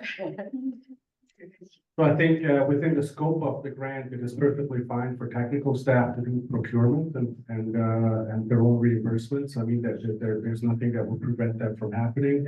What I think this the administrative things are concerned, it is more sort of the administrative support for the project as a whole,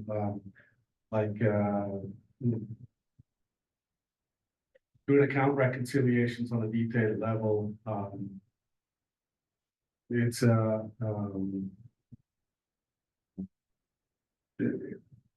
you can submit an ICA request, but doing the whole ICA request by yourself is that would be too administrative. So there, especially when it comes to what's ICS?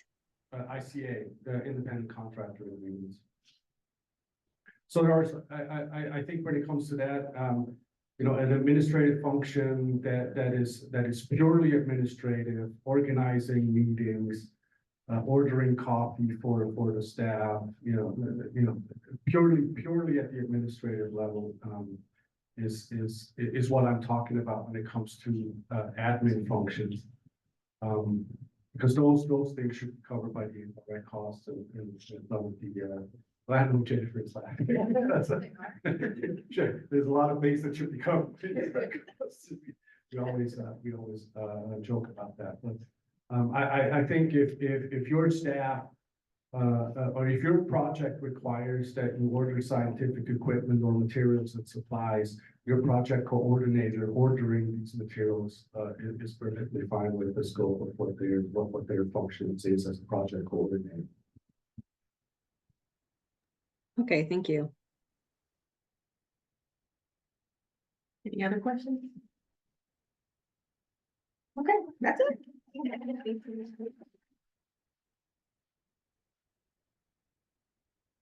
Okay, thank you, Monique. Next up, I think, is Martha. Maybe, no. No?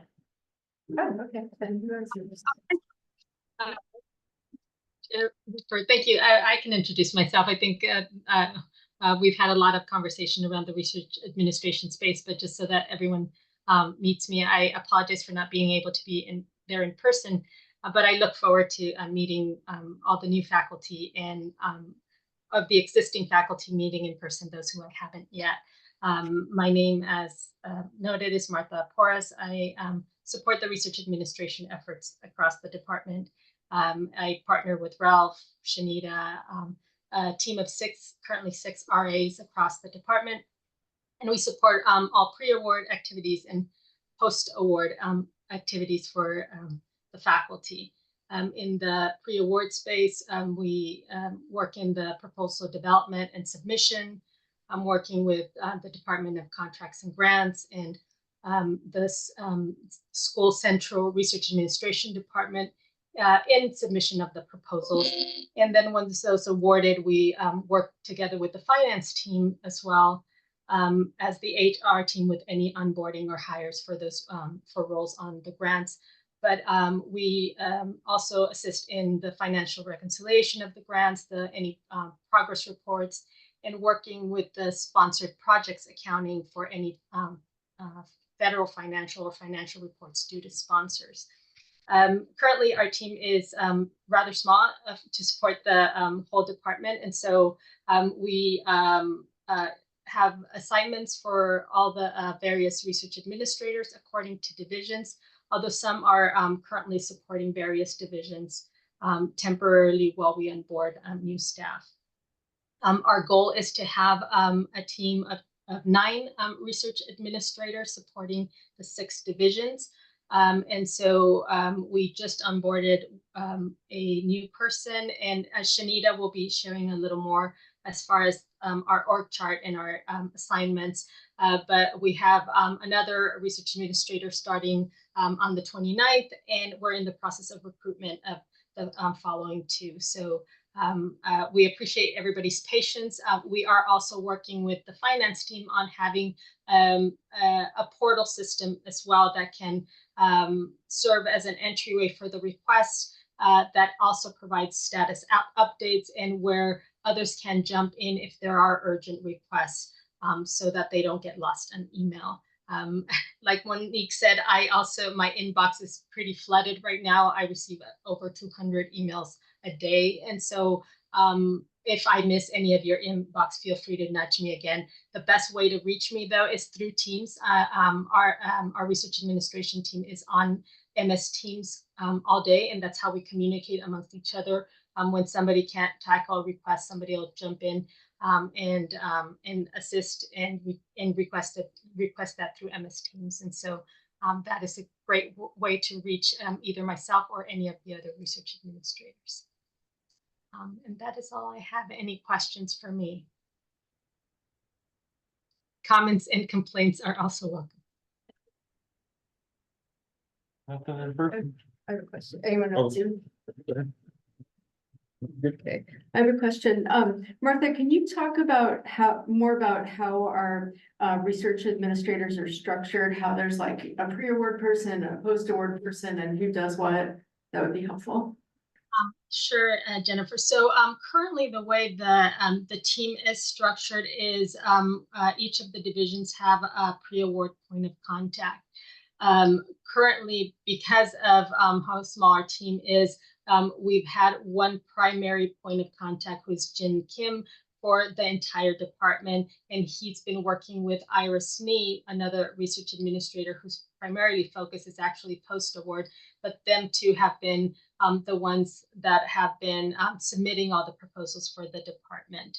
On the post-award side, each division is assigned one post-award research administrator that also works with the finance team and either an assistant or a budget business analyst to assist with some of the reconciliations. And so I can actually share. Maybe. If you'd like me, if I can get the name.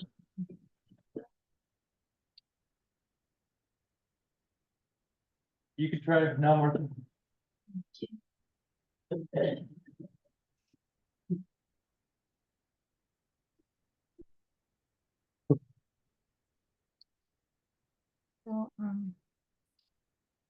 Cool. are you able to see my screen? There you go. Perfect.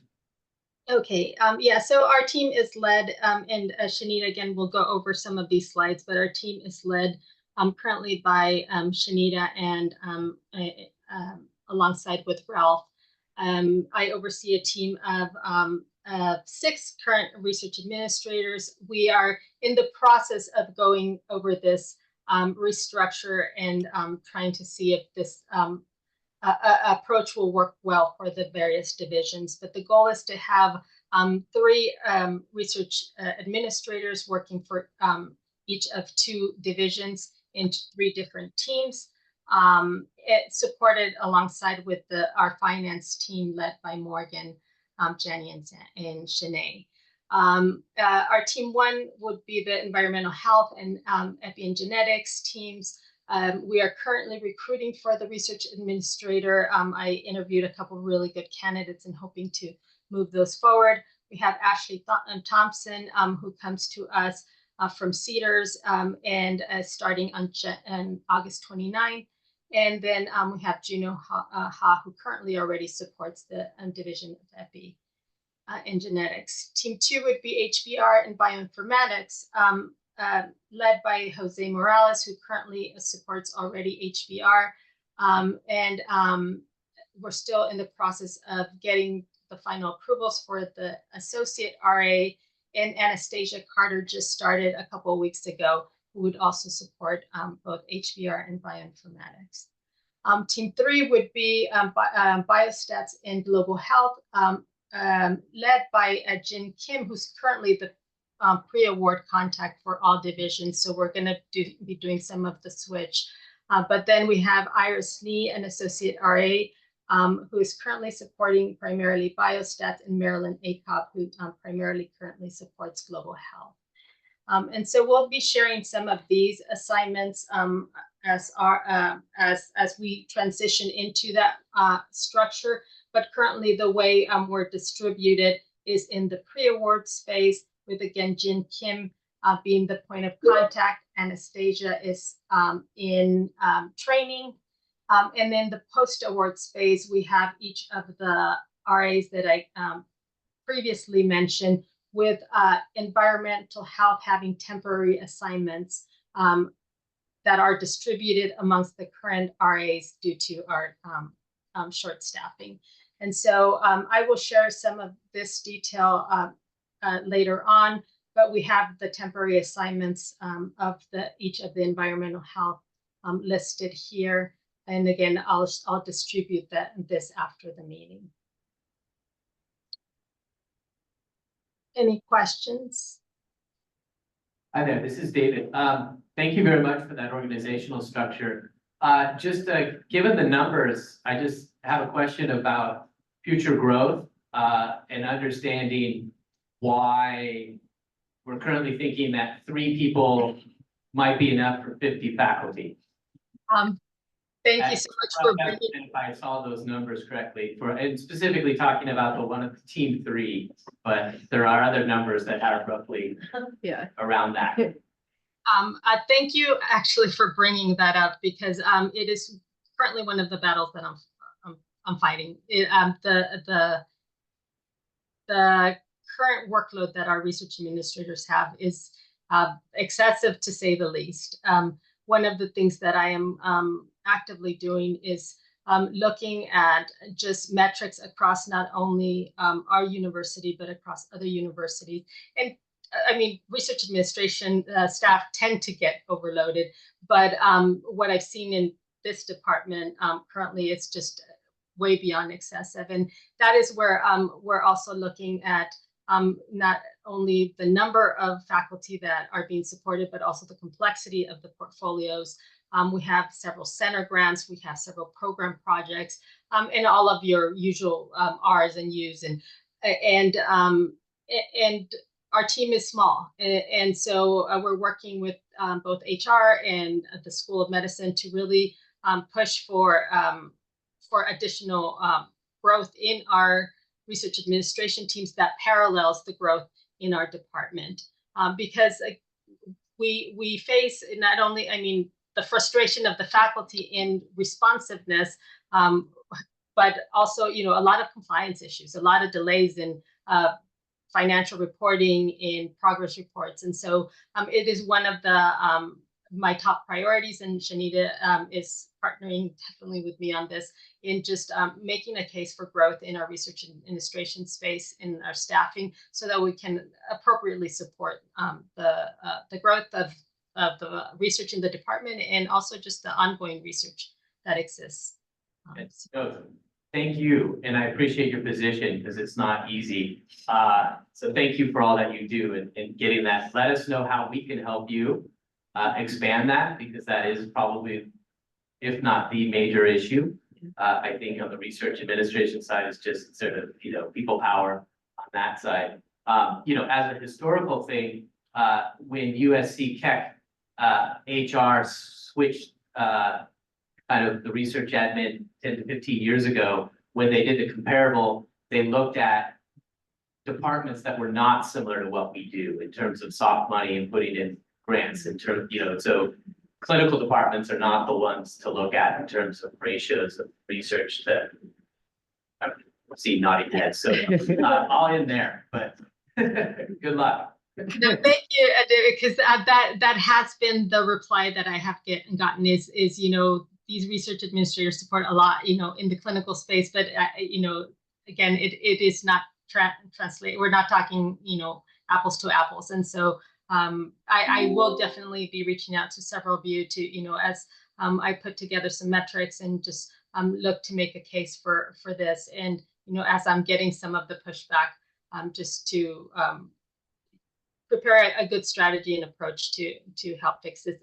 As a reference, one administrator that previously supported our department now supports only 5 faculty in their current role, and so that speaks a lot to have the volume and the burnout that our current team could easily experience, and that sometimes I can already see. So I appreciate everybody's patience, but I know that it only goes so far because there are deadlines that we need to meet, and that we're hoping to abide to with our current staff.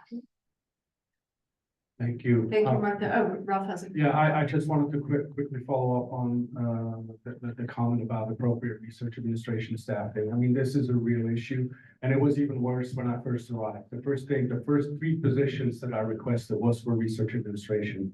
So if you can imagine that the department has grown a little bit over the last 3 years in terms of faculty, but 3 years ago we had 7 total RA positions. And now we have 10.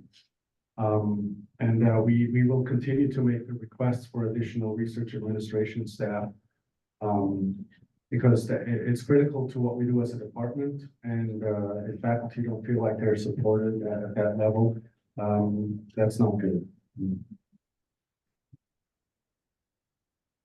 Yeah, thank you, Ralph. Other questions for Martha or Ralph?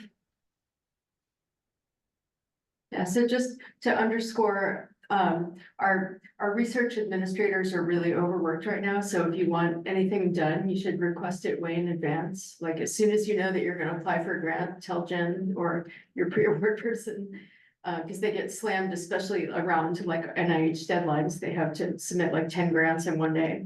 So it's good to start early.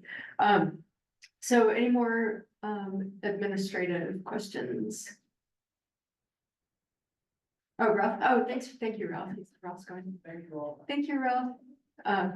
So thank you, everyone. The next person on the agenda is Mariana Stern, but she's not here, so I'll just tell you who she is. She's the brand new Vice Chair of Inclusion and Diversity Initiatives. Ricky filled this role for a few years before that, and now that Ricky is interim chair, Mariana is taking over as the vice chair. So she'll lead the Ready Council and she'll be doing other diversity initiatives. So we'll try to get her to do a webinar at some point to tell you what her plans are. So next we have our division chiefs. So we have some of them here. You guys can decide to come in any order you want. You can find it out. What are the slides? Oh, what order are the slides in? Okay. Oh, there we go. Okay. Oh, cool. Okay. Oh, see, I have slides. All right. Well, then you get to go first. Okay, this will be brief, just to give people a feeling of what goes on in the Division of Biostatistics at Health Data Science. This is our sort of new name that we've come upon to reflect sort of the broad expertise within the division. So we're not just biostatisticians, we do other things, and I'll get to that here in a second. Jim Gotterman, is the chief of the division. I'm just temporary interim while he is on sabbatical. And also Eileen Goforth is our administrator that handles sort of aspects of faculty needs within the division. If you go to the next slide, this is the division. We have 27 faculty. There's the pictures, so you can see this, and hopefully this presentation will be available for people so you can put faces to names and names to faces. Next slide. This is a little bit more of sort of outlining the expertise within the division. We do have sort of three areas that I think we all work in: methods development, collaborative research, and then also service and administration. Areas of expertise are biostatistics, of course, but also clinical trials. We have a very large clinical trial group. I'll talk about that here in a second.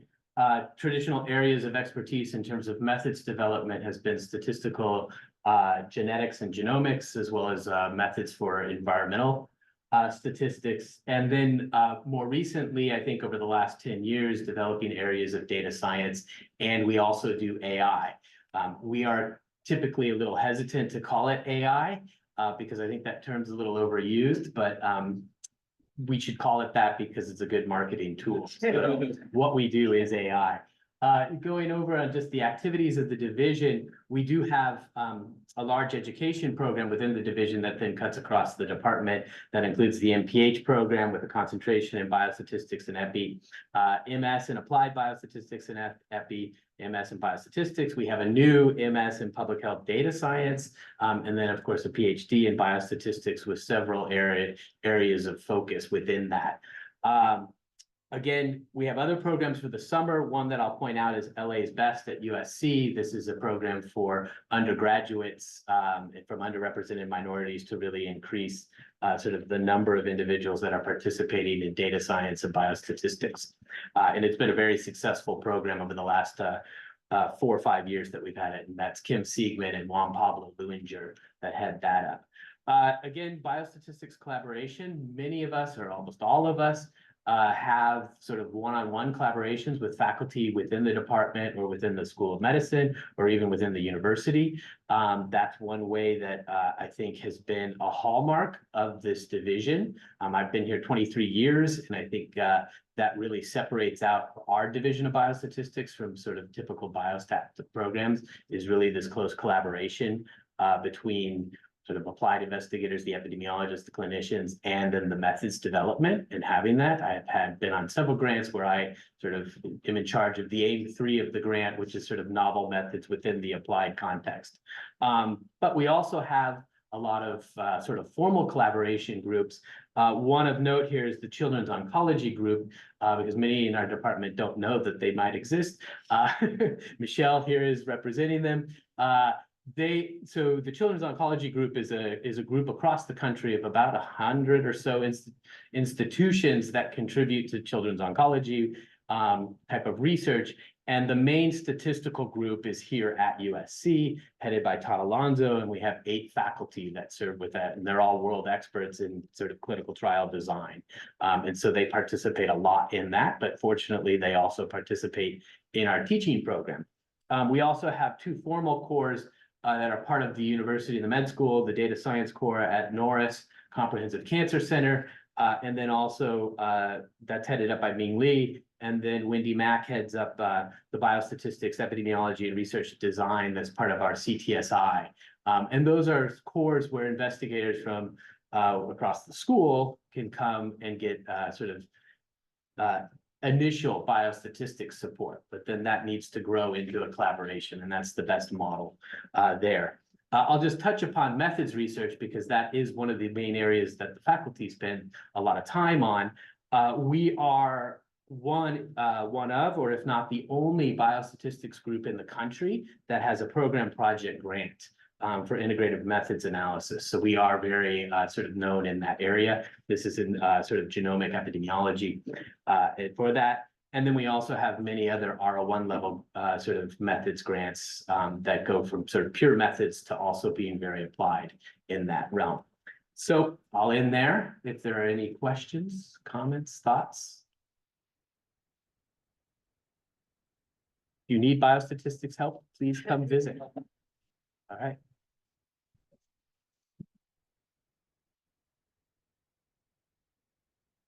Okay, yeah, goes like me. Okay. Hey, everybody, it's great to see you all here. I just want to thank Jennifer for getting this organized. This is so helpful, and everybody else who's organized. Sorry, Jennifer getting the ball rolling. I cannot imagine how helpful this would have been when I started 16 years ago. Oh my God, it took me years to get the information that you're getting today. So just soak it up, and it'll hopefully get you that much further ahead. Next slide. So I'm Genevieve Dunton, and I am the head of the Division of Health Behavior Research. I've been in this role for about 3 years, and my background is in behavioral science. I'm a health psychologist, and it's been fun doing this so far. A little bit about me. Next, okay, so we have 29 faculty members. We have 2 new ones who are both here today. We have Christian and Artur, so welcome to both of them. I also see a lot of other HBR faces in the audience, so that's really great to see. Next slide. So in terms of what we do, we focus on social and behavioral factors related to health. And so that means we look at health behaviors as outcomes, as predictors of health outcomes. And we also look at social factors and how they may predict health behaviors or health outcomes, if that makes sense. So we've split, in terms of organizing our research interests, into kind of 4 different buckets.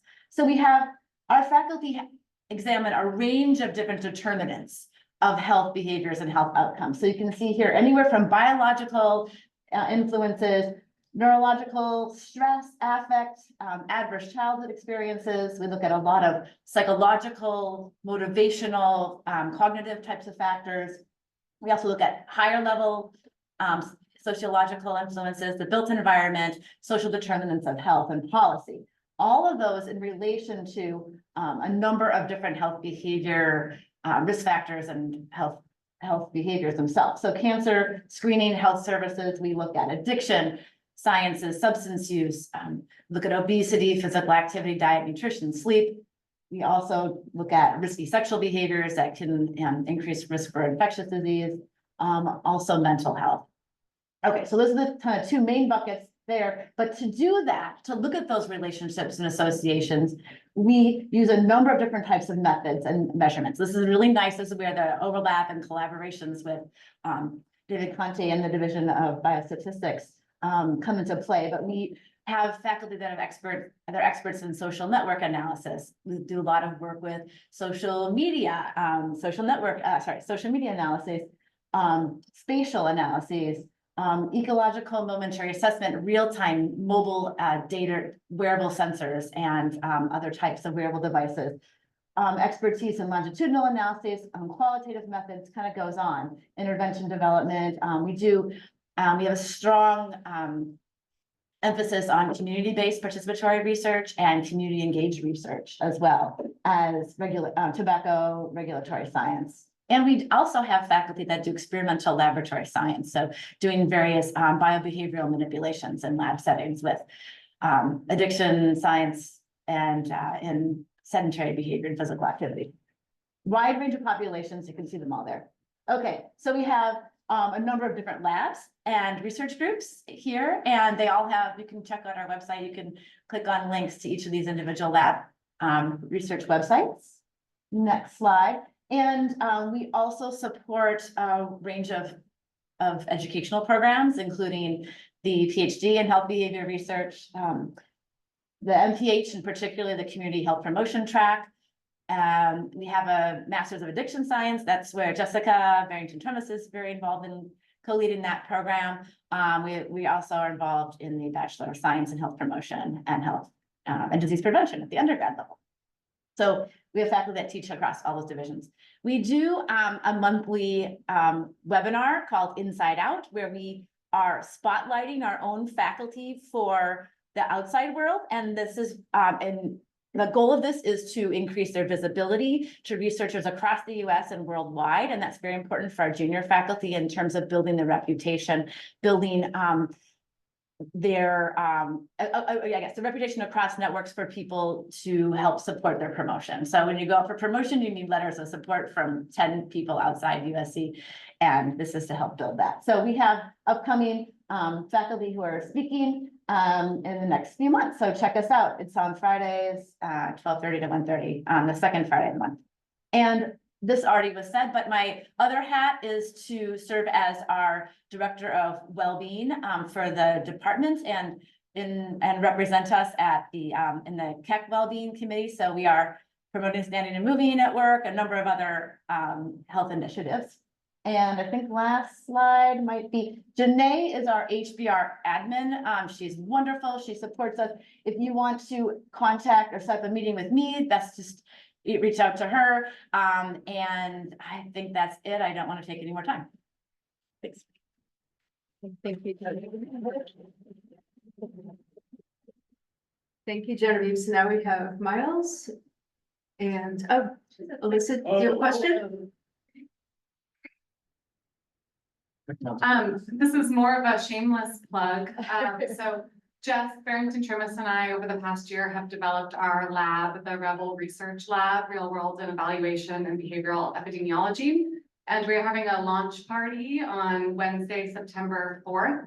We're going to be sending out a flyer and an invitation, but just wanted to put that on all of your radar. There'll be cupcakes and we'll be talking, you know, sort of about what our lab does and some opportunities for collaboration and resources. And Portos. Okay. And Portos, sweet and savory treat. Oh. Wait, you led off with cupcakes and there's going to be Portos? You get your priorities straight. Yeah, true. Okay, so I'm Miles Covert. I'm in charge of Environmental Health, Division of Environmental Health. I've only been doing it since July 1. I take over a division that has a really long history of understanding the impacts of air pollution in particular on respiratory health, basically been going since the 70s. So that's the sort of core of the division. Currently it has 4 centers that revolve around the impacts of environment on health at various different lifespan components. There's a lot of work around children and mothers in some of those centers, and they have a very long-standing, incredibly valuable children's cohort and a bunch of other studies that follow children as well. So that's a lot of the work that goes on in environmental health. I would say that in the last perhaps decade, that's expanded in kind of both directions, both the outcomes, so not just cardiovascular, a lot of other diseases, and more recently cancer as well, which is one of the reasons that I've been involved a lot with environmental health, because I have a lot of background in cancer and environment.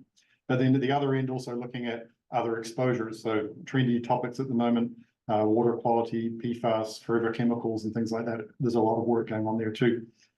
So within that work, there's geospatial things, trying to figure out what exposures are. There's laboratory work, trying to figure out what exposures are. You know, biological specimens, but also survey and other exposure assessment work that we do with Dave Conti's group and others, trying to figure out how to do that well and put together an entire exposome approach to all of the outcomes that we're interested in. So that's a very small overview of the research that's going on. In terms of education, the faculty in our division are very involved in all of the other education programs. A lot of the epidemiology and biostat PhD students have environmental health faculty working with them. Our own program, there is a track in environmental health that's been around for a while, and we've just sort of revisited it to make sure that it's more visible because a lot of students want to do that. So that's in the PhD program. We're primarily responsible for all of the undergrad environment and health related things that happen in the health promotion 290, 490 and other courses. You know, undergrads are really interested in the environment, and it's nice that they figure out exactly what that means before they make a career decision about it. And then we also have quite a few, sort of at the other end of the spectrum. The department has about 32 postdocs, and 22 of them are in environmental health. So we have essentially most of the department's postdocs. They're actually quite well integrated into the centers, so they get a lot of really good hands-on experience working with undergrads, PhDs, and also faculty. So it's a really nice way of actually learning how to be in a group and lead a group. What else do we have? I think that's probably the most of it. Since I arrived, because I'm a fan of drinking beer, we've had a series which we didn't do this month because everyone was away. But it's where we have a doctoral student and a postdoc come and tell us a little bit about themselves, less about their work, but more about themselves. And then we all go out onto the patio and drink beer. The next one of those is September, I want to say September 12th. Yeah, September 12th. So please turn up for that if you want to meet environmental health people or you just want free beer. The one thing I will say about that is something new and innovative that we're doing, which shouldn't be new and innovative, is we're going to use the third floor lobby for the presentation, because this building was designed to have the lobbies spaces where you could have presentations and people sitting, but we hardly ever use it for that. So because we couldn't find a classroom, we're going to do that and see how it works. So if you're wandering through the third floor lobby and you're like, what the hell's going on?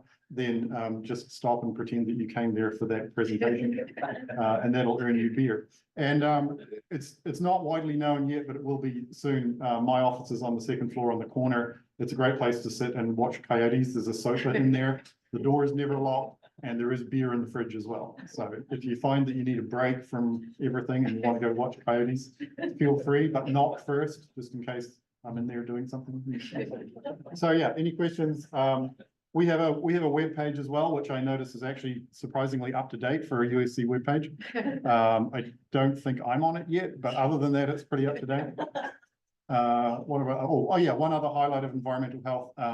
Among our faculty, we actually have the previous head of department here, Howard Hu, so I'm now his boss, which is nice. The other person who I'm also technically the boss of is someone called Carol Folt, who's in our division. So, you know, if you want me to put in a word with the president, you know. Thanks. Questions, anyone? Question. For the doctoral student presentation postdoc, is that something that doctoral students from other divisions could participate in? Or? At the moment, we're working through. I don't know. So the question for people online was the doctoral postdoc thing, is that just our division? I started it, so yes, it's just our division. And because I'm paying for the beer, it's just our division. But I would like to see us do that everywhere. We actually already had, so we, just because of the geography of environmental health, the environment, if you will, we're right next to biostat. So last time we actually had technically a biostat postdoc presenting, but he felt like he was one of us. So that's okay. But I mean, I would like to see us. I mean, eventually we're going to run out of PhD and postdocs, right? Right. So I would like to see everyone do that ongoing in the department. It's a pretty cool model. Cool, thank you, Miles. Any other questions for the people who have spoken so far? So we have several other division chiefs who are not able to be here today. We have Paul Thomas, who is in charge of biostatistics. We have Chris Heyman, who is in charge of epidemiology and genetics, and Sophia Gruskin, who is disease prevention, policy, and global health. So hopefully you'll get a chance to meet them soon, but they would have said similar things, that they run a division and here's what their division does, and contact them if you're interested in working with them. So I think next up is Shanita, but no. Oh, let's do a break. Okay, let's take like a 10 minutes. Actually, Jennifer, I am online if you want to go ahead and. So Okay. I. Do you want to go now and then we'll take a break after? Sure, that'd be great. Good afternoon, everybody. Or good morning. Good morning, still morning there. So my name is Shanita Hughes Halbert. I'm the interim executive vice chair for the department. And in my other role, my permanent role is vice chair for research. And just a little bit about my background. I'm a basic translational behavioral scientist. And I've been in the department for since 2021. And my role as the interim executive vice chair is really, and also in vice chair for research, is to establish, implement, and assess policy and procedure as it relates to research operations. So you've already seen some of the work, the fruits of the work that that sort of come from my roles and responsibilities in the department. which is one, bringing on, providing a leadership role over research operations, together with Martha Porras and Ralph Wickley. And as part of that, we've done some working to do restructuring to hire and recruit new research administrative staff. And then, moving forward to really bring together and integrate our research operations across both the sort of the bread and butter, like pre and post award, but also ensuring greater alignment and synergy with the finance operations. So, apologize for not being there in person today, but am happy to take any other questions that you might have as it relates to the research administration. I know that Martha has gone over that in detail to present our emerging organizational structure. But I'm happy to take any other questions around research policies and procedures around our research administration. Thank you, Shanita. Questions? Anyone on Zoom? Everyone's ready to take a break. All right, thank you. All right. Thank you, Sure. Shanita. Thanks. Bye, everybody. Okay, let's take like a 10 to 15 minute break. Come back. No? Okay.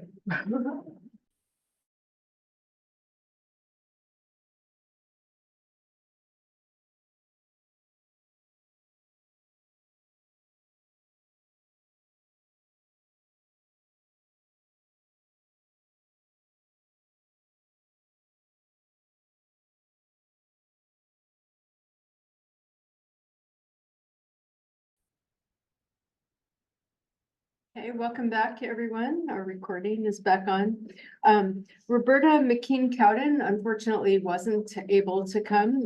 She was gonna come and talk about our training programs. I'll talk about them really quickly. We have training programs at all levels. We have a bachelor's in health promotion and disease prevention. It's a bachelor's in global health, right? I don't even know. Then we have a master's in public health, which is really large. We have an online master's of public health. We have several other master's programs in epi, biostats. What are the other ones? Bioinformatics, I think. All right, we have a lot of master's programs in there on the website. We have PhD programs in health behavior research, which I direct, and we have epi and biostats.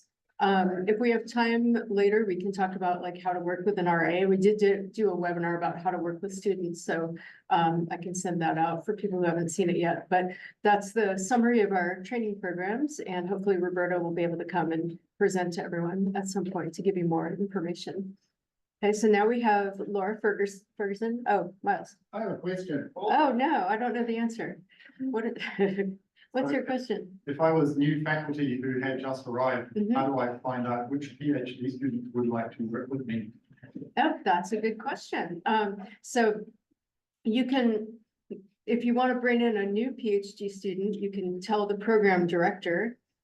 So find out who's the director of the program that you want to get a student from. And you could tell that person, I would like to recruit a student for next year, and I have money. So it's and I have money part is very important. So, in the past, we've kind of let in a lot of students, just kind of assuming that we would find some money for them. And now we have lost a lot of TA shifts, so it's a lot harder to find money for all of them. So we're sort of moving to a model where you can't just bring in a bunch of students and expect the department to pay for them. You need to have a plan to pay them on a grant. And then, if there's exceptional cases where you have a grant at one point and then you don't have a grant at another point, we can put them on TA shifts, but we just need to remember that we don't have enough TA shifts for all of our students. So talk to the program director. You can also give a seminar for your division or your department and tell everyone who you are, and hopefully the students will join. And you can say, if you want to work with me, email me. Yeah, that was gonna be my second question. Oh. How do I advertise to the sort of potential available students that have full research?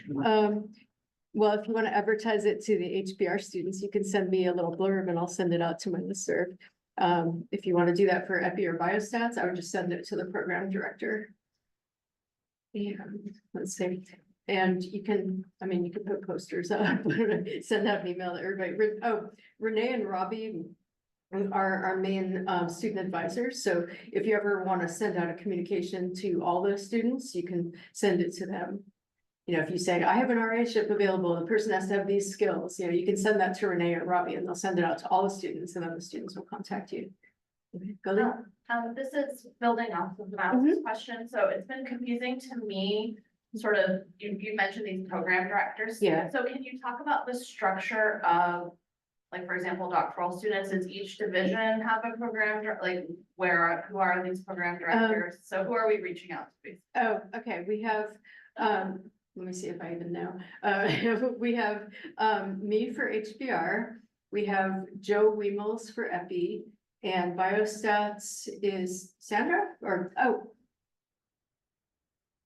Okay, I was gonna put on my Roberta hat for a minute. oh, thank you. So even though the names sound the same, they're not division specific, it's program specific. Okay. And I think probably the easiest way to find out about how all of it works is just look on the website, because it is actually reasonably well described here. But yeah, even though Jennifer's in charge of the HBR PhD program, there are students from other divisions that might be involved. Yeah. You know, Joe's in charge of EPI, but we have, you know, we have global health and other students in those programs. So yeah, I think the website is probably the best place to do it. Yeah, yeah, good point. Yeah, so in terms of the structure, yeah, what else can I say about the structure? Yeah, basically, we have all these different programs. Each one has a director. Some of them have co-directors or interim directors. You can find all those on the website. When you're working with students, you can, if you have an RA-ship, you can give an RA-ship to a PhD student. You can't give an RA-ship to a master's student. So the full-time salary for a PhD student is right now 41,800. So that's for a whole year. So if you want a full-time PhD student to work with you 20 hours a week for a whole year, that's how much you pay. If you want half of a student, which is 10 hours a week, you pay half of that. If you want them for just one semester, it's prorated. So, and then that student basically gets their tuition remission and their stipend. Master's students can't do that. They can't have RA-ships or TA-ships, but they can work hourly. So you could hire them as an hourly worker, a student worker. So that would go through Monique. You can work with undergrads, either you can hire them as student workers, or a lot of the undergrads in the HP program, take a research units course called PM 490, where they help with research for credit. So if you don't have money, you can get an undergrad to help with that. Okay. So sorry, what other specific questions do you have? Sorry, I didn't prepare Roberta's presentation, but I'm just kind of saying stuff off the top of my head. I'd say asking Roberta is always a good way to. Yeah, just ask Roberta everything. Okay, any other questions about what Roberta would have said if she was here? Okay, so next up we have Laura to talk about global engagement.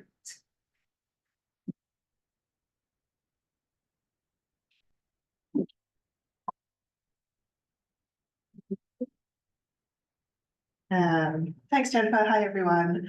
So I am Laura Ferguson, the Director of the Programme on Global Health and Human Rights and Director of Research at the Institute on Inequalities in Global Health. And I'm going to talk about some principles of engagement for local and global partnerships. And just to give you the background, we kind of started thinking about this from the global perspective, but recognize that all of this is equally applicable to local partnerships as well. And so we've put together this set of principles. They are voluntary, right? This is not like a mandated strict thing that anyone's going to check up on, but they're designed to provide recommendations for, you know, sensible, ethical engagements with our partners at all levels. All of you are our intended audience for this. And we're really looking at partnerships very broadly, so dealing with research, education, and community partnerships as well. Next slide, please. So again, this came from this idea that it's not just what we do that matters, but it's how we do it. And there's you may have noticed a huge reckoning going on right now around diversity, equity, inclusion, around decolonization, particularly in the global health space, but I think also in the public health space. And so we really wanted to think about how can USC, but specifically the department, be a leader in sort of walking the talk of the kind of engagements that we're talking about. And so we're looking at ethical and equitable practices, and this applies to faculty and to students. And just a little background of kind of how this all happened. There's a whole group of us who worked together to draft this. You see the faculty committee here. A huge shout out to the secretariat, Sophia Bruskin and Sarah Emoto, who actually did most of the work for this, including putting these slides together. So thank you.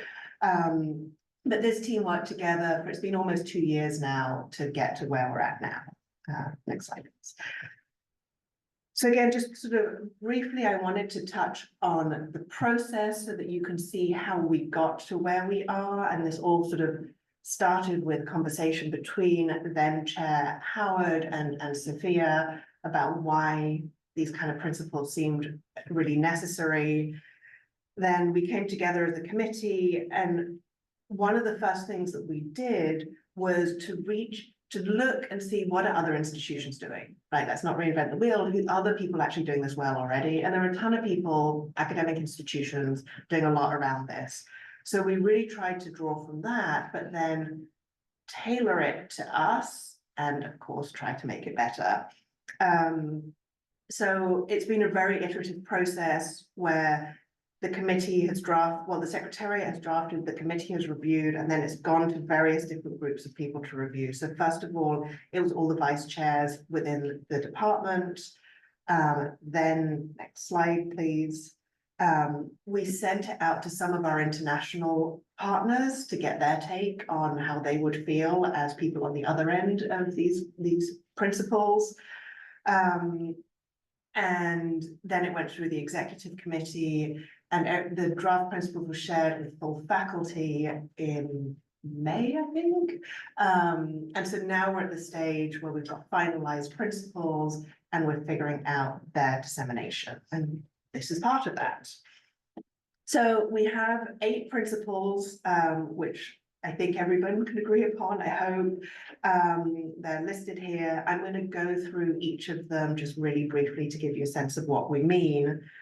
And this is just to show you something about the structure of the document that includes the principles. And I think really importantly to state that there are some kind of overarching or cross-cutting principles: human rights, justice, equity, diversity, inclusion, and accessibility. So they kind of permeate. We couldn't separate those out. And the 8 other principles, even as they're distinct, are interdependent, right? And so in the guidance itself, we give a little bit of info about what the key components are, but also a guide to how do you operationalize these so that they're not just random and abstract like they are on this slide, but really for you as faculty, for staff, for students, like how do we bring these to life and embody them in the work that we're doing? So we're trying to make it a super friendly document. So our first principle, sustainability, we're promoting a commitment to long-term partnerships, no parachuting in or out, no extraction, really working with partners to create shared visions and a shared goals in terms of what we want to achieve. We're also trying to make sure, hang on, don't go just yet, Tara, sorry.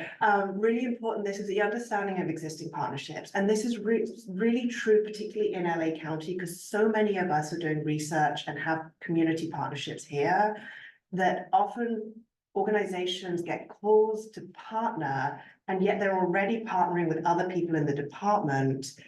And we're not acknowledging that. And it's really confusing for them. So I think we're trying to figure out, like, how do we make sure that before we approach any potential new to us partner, that we know who else they're partnering with already and that we're talking to one another about that. Okay, thanks. In terms of mutual benefit and reciprocity, this is really about trying to break down some of the hierarchies that often exist in these partnerships that can be set up as extractive, and ensure that the partnership works for both partners. And this can be a really hard thing to do. And I'm going to flag one thing here, which is equitable authorship, which I think we all agree is really important, but it's not as simple as just saying to someone, okay, you lead on this publication. Because many community partners, even many academic partners, don't have the training to do it. So if we're serious about it, what we're saying is we're going to take the time to build their capacity so that they can be first authors, right? And so just, I think a lot of people say, yeah, we'll just do that, but without recognizing what it takes to do it. And so we're trying to help to think through some of the practicalities of that. Similarly, equitable governance is about leveling the playing field, trying to make sure that decision-making is inclusive, trying to make sure that we're really working together on governance. And you'll see the word transparent appears many times here because we feel like it's a good practice, as much as is possible in all aspects of the partnership. And really, I think the other piece I want to flag here is communication and keeping that open so that there's channels for talking about what's working and not working along the way, so that, you know, we can all work together to try and achieve this equitable governance. I think we can all agree on do no harm, but this really means thinking through unintended consequences, dealing with them when they happen, because they will happen, sadly, life, but not to be ignored, something to sort of take head on, and being aware of the different political, legal, and social environments we work in. And again, like, this comes from global work, but it's equally applicable to LA, and thinking about the culture of different communities here and how different communities are differentially impacted by laws, even within LA County. And we need to be thinking that through in all our partnerships. Our fifth principle, locally identified priorities. This should not be us going in with our like really clever intellectual ideas, what we want to do, but really making sure that partners are engaged in that process of priority setting and that we're aligning with what makes sense locally. Also, that we're situating what we're doing within the current policy and programmatic landscape. We are probably not the only people who have had the great idea to do what we want to do. So let's figure out what we bring that's different and how we build on what's there. Again, another hopefully non-controversial one is let's comply with ethical and legal standards. And that goes beyond, I mean, obviously it includes all the IRB approvals that we need, but it goes beyond that and thinking about community rights and thinking about local laws and the implications there. So again, just making sure that we really understand the context within which we're working and that we are being respectful of everybody in those settings. Information sharing, sorry, this links closely with the transparency piece that I talked about. I think it's really important from the outset to be clear about data ownership. And in a lot of our standard contractual language has very strong language on data ownership. We want to make sure that community organizations understand that before they sign up to it. That findings are disseminated to communities, but also other stakeholders who are relevant.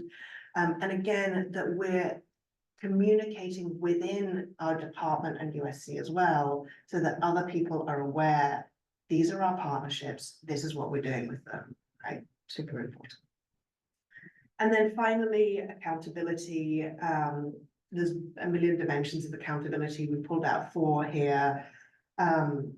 But I think, remember, our primary accountability in my mind is to communities and to the individuals impacted by our work.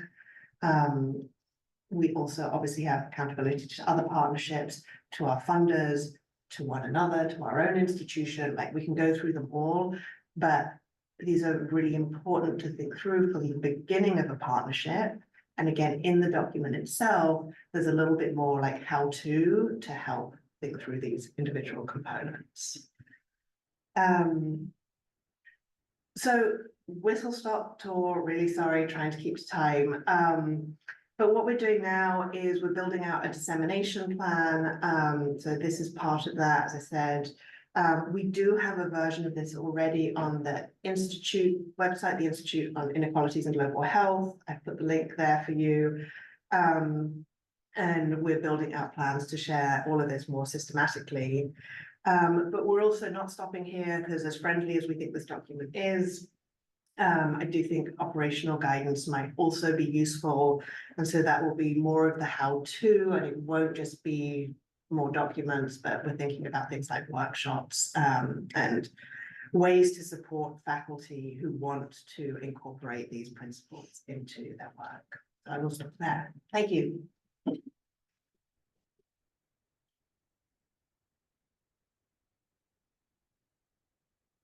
Thank you, Laura. Questions for Laura? Yeah. Okay, I think we're going on to appointments, promotions, and tenure. That is, the people who make that all happen are Susan, Tara, and myself. Go ahead, next slide. Thanks. So here in our department, we have three main levels of faculty, assistant, associate, and professor. So if most people come in as assistant, but some people come in as associate or professor, and your goal is to move up to the next level. And these are the tracks that we have. So we have the tenure track. Tenure track faculty are mostly balanced across research, teaching, and service. So they do a little of both. The research track do mostly research, but they can do a little bit of limited teaching, like one course a year. Clinical track does a mix of teaching, research, and service, but more there's more emphasis on the teaching than the research. And then we have the clinician educator track, which is like a pedagogical scholar who makes like contributions to pedagogy and, you know, helping people become better teachers. Okay, any questions about the tracks? I know people always have questions about the tracks. And if you feel like you're on the wrong track, sometimes you can switch, but it's a long process. It's easier to switch onto the clinical track than to any other track. Okay, no questions about tracks? That's what people always ask about. Okay, and by the way, this is like a shorter version of the webinar that we did a few months ago. We did a long webinar with Susan about all the faculty promotions and tenure stuff. Educational scholar track, that's a designation, not a track. Oh, designation, not track, sorry.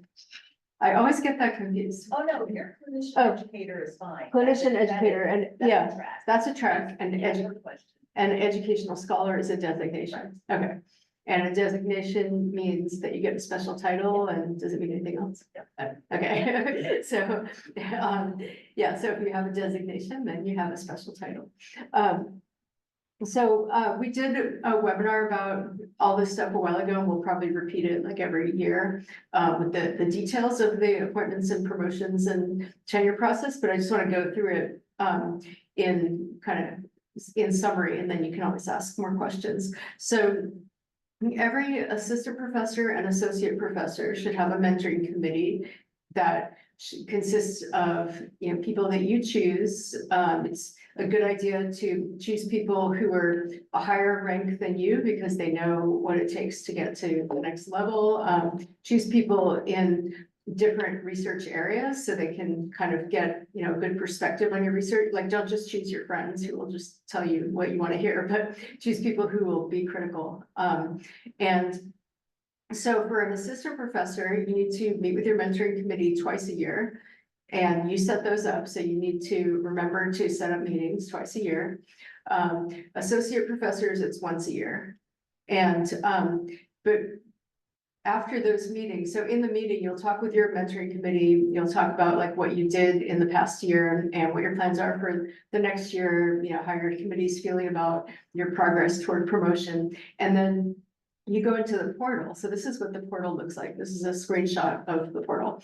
And there's a tab in there where you can go and upload your CV and the little report from your mentoring committee. So it's important to do that because when, you might just feel like, oh, you're just like uploading documents to a portal for no reason, but it's important because we use that as a record to see how you're doing when we have the appointments and promotions committee meeting. So when we're looking at who to put up for promotion, we'll look at these reports and it'll say, yeah, okay, 2 years ago, they said they wanted to get an R1 and then, oh, last year they got the R1 and now they're doing really well, you know, or we told them that they need to do more teaching, so they did more teaching. So we can, you know, the committee can see if you're making progress toward the goals that you and your mentoring committee decided on. Okay. Okay, so how do you get promoted? That's what everyone always asks. So it's a long and complicated process. It starts with the Departmental Appointments and Promotions Committee, which meets twice a year. Okay, so this committee is like meeting, you know, you won't even know that they're meeting, but they're meeting twice a year, usually at the end of the fall and the end of the spring. And at one of those meetings, either the fall meeting or the spring meeting, they're gonna review everybody. So, you know, you might be on the fall cycle, you might be on the spring cycle, it doesn't really matter that much. You'll get reviewed once a year. And they can only review you if you send your materials to Susan when she asks you for your materials. So you're gonna get an email from Susan saying, you're up for review at the departmental A&P committee meeting, we need your CV. If you don't send your CV, then nobody's gonna talk about you because we have nothing to go on and they'll just sort of pass you over. So if you want to be promoted, please send the CV to Susan when she asks. And that'll go into files that the committee can look at.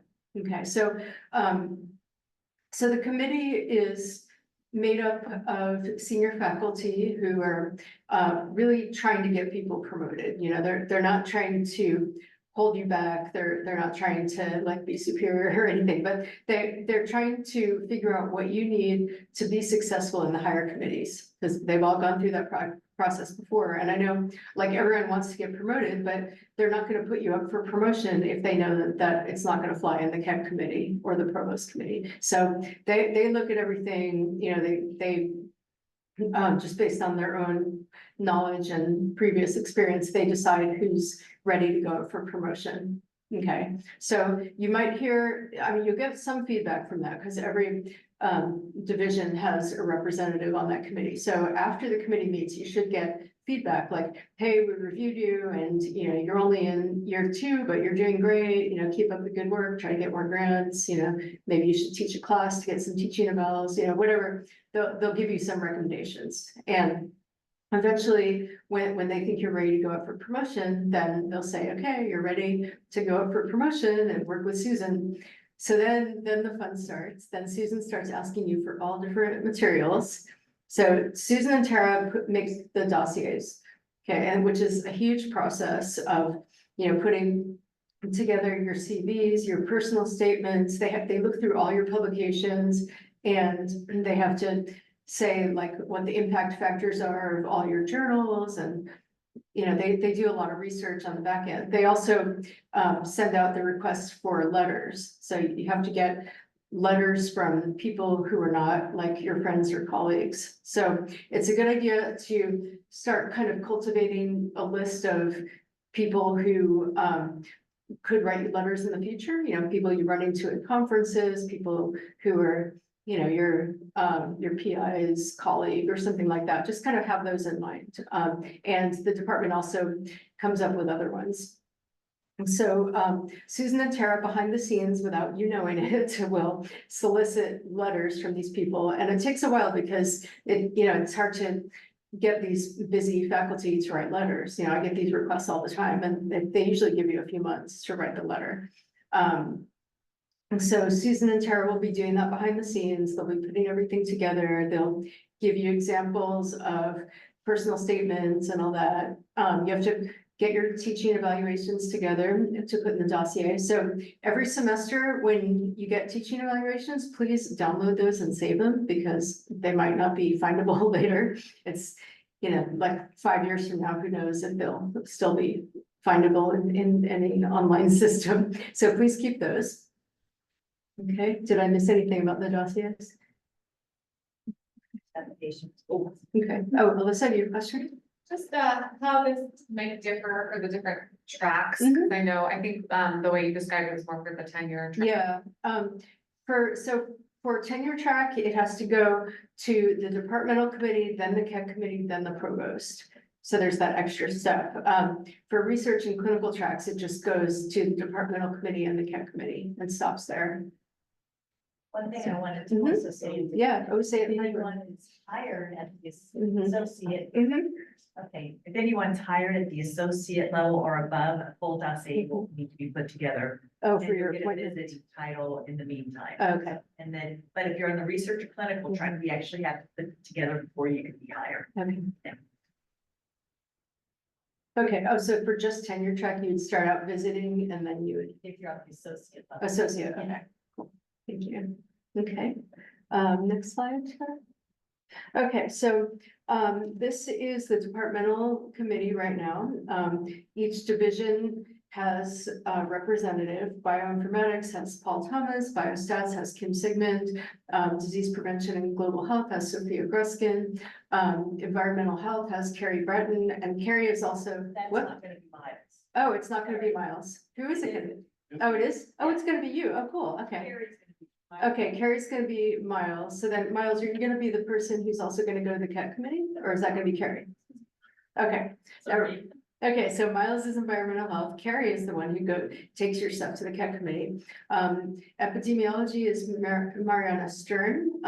Health behavior research, we don't know who it is right now because it was Ricky, but he just became interim chair, so he probably shouldn't serve two different roles on the committee, but we don't know who the new person is yet.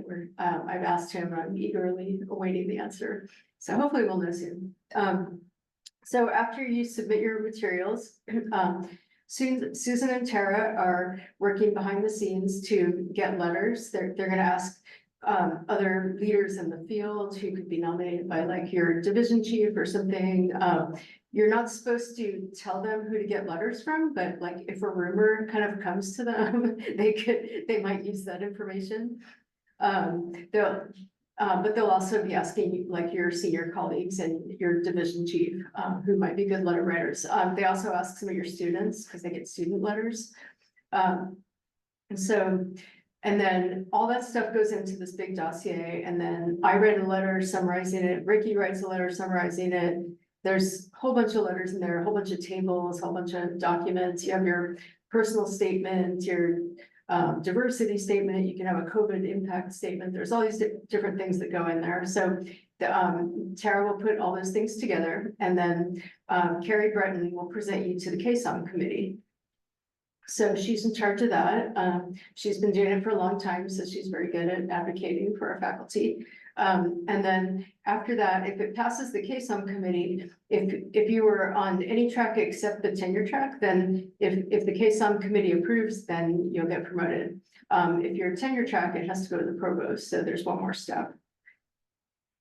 Okay, so if you want to learn more, Ruth Wood did this amazing webinar for us, and this QR code will take you to it on YouTube.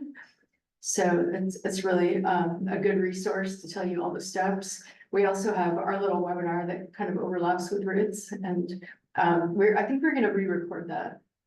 So we'll re-record that and we'll put that up, hopefully linked to the portal. Okay, so please watch this webinar. Okay, any questions?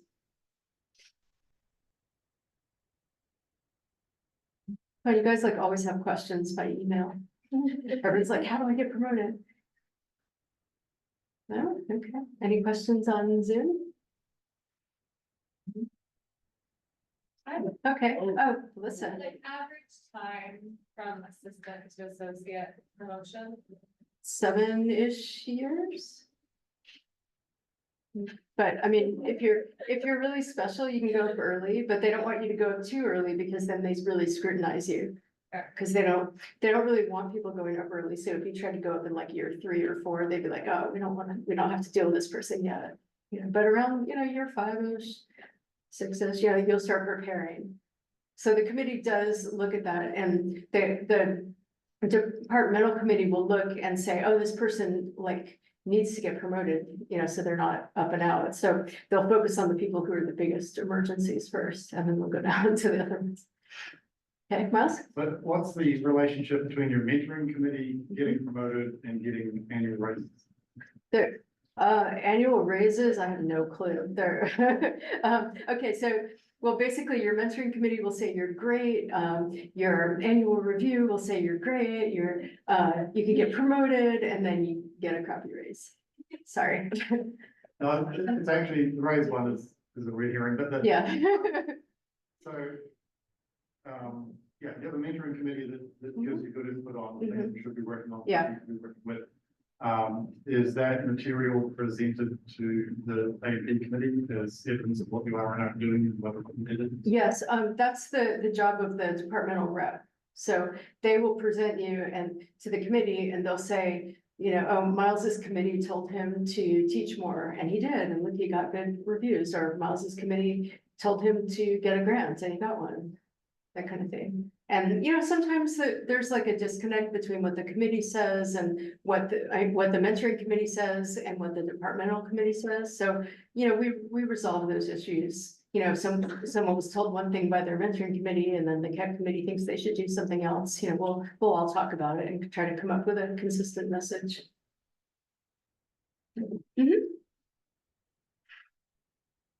You said that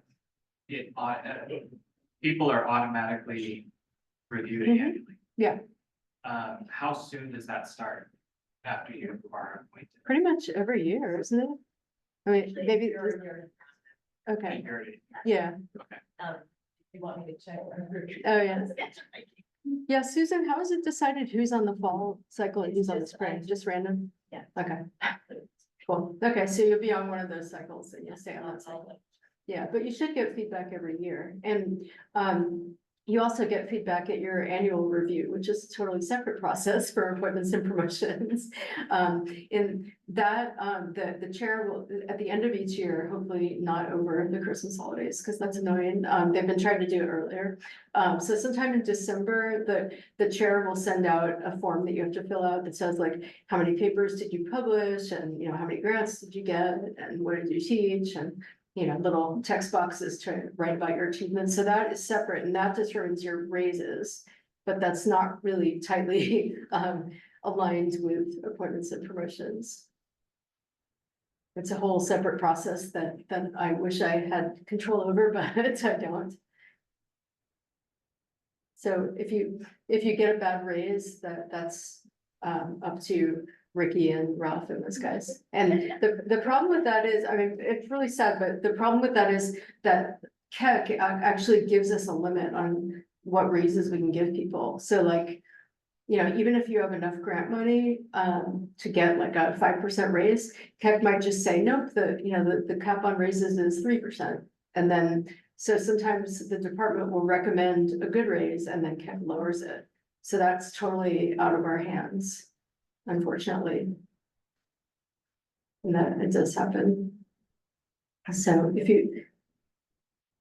yeah, there's no relationship between raises and the quality of your work, I guess.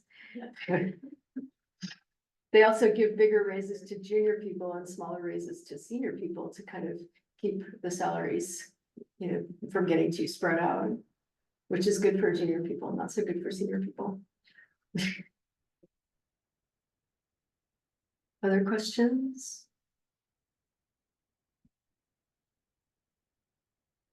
Anyone on Zoom? Question? What? There's 3 chats, but they're all. Oh, what are people saying in the chat? Most. No, I want to know. They're saying this. No, it's, this I think isn't Steve there. posted the link. Oh, earlier. I'll link to one. It's right here. Oh, right here. Oh, there's, Right here. It's right here. oh, what is it? There's an educational scholar track.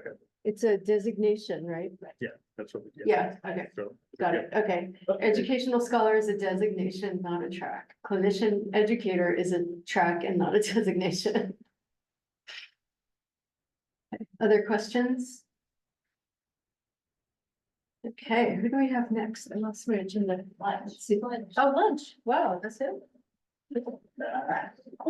Is the lunch here?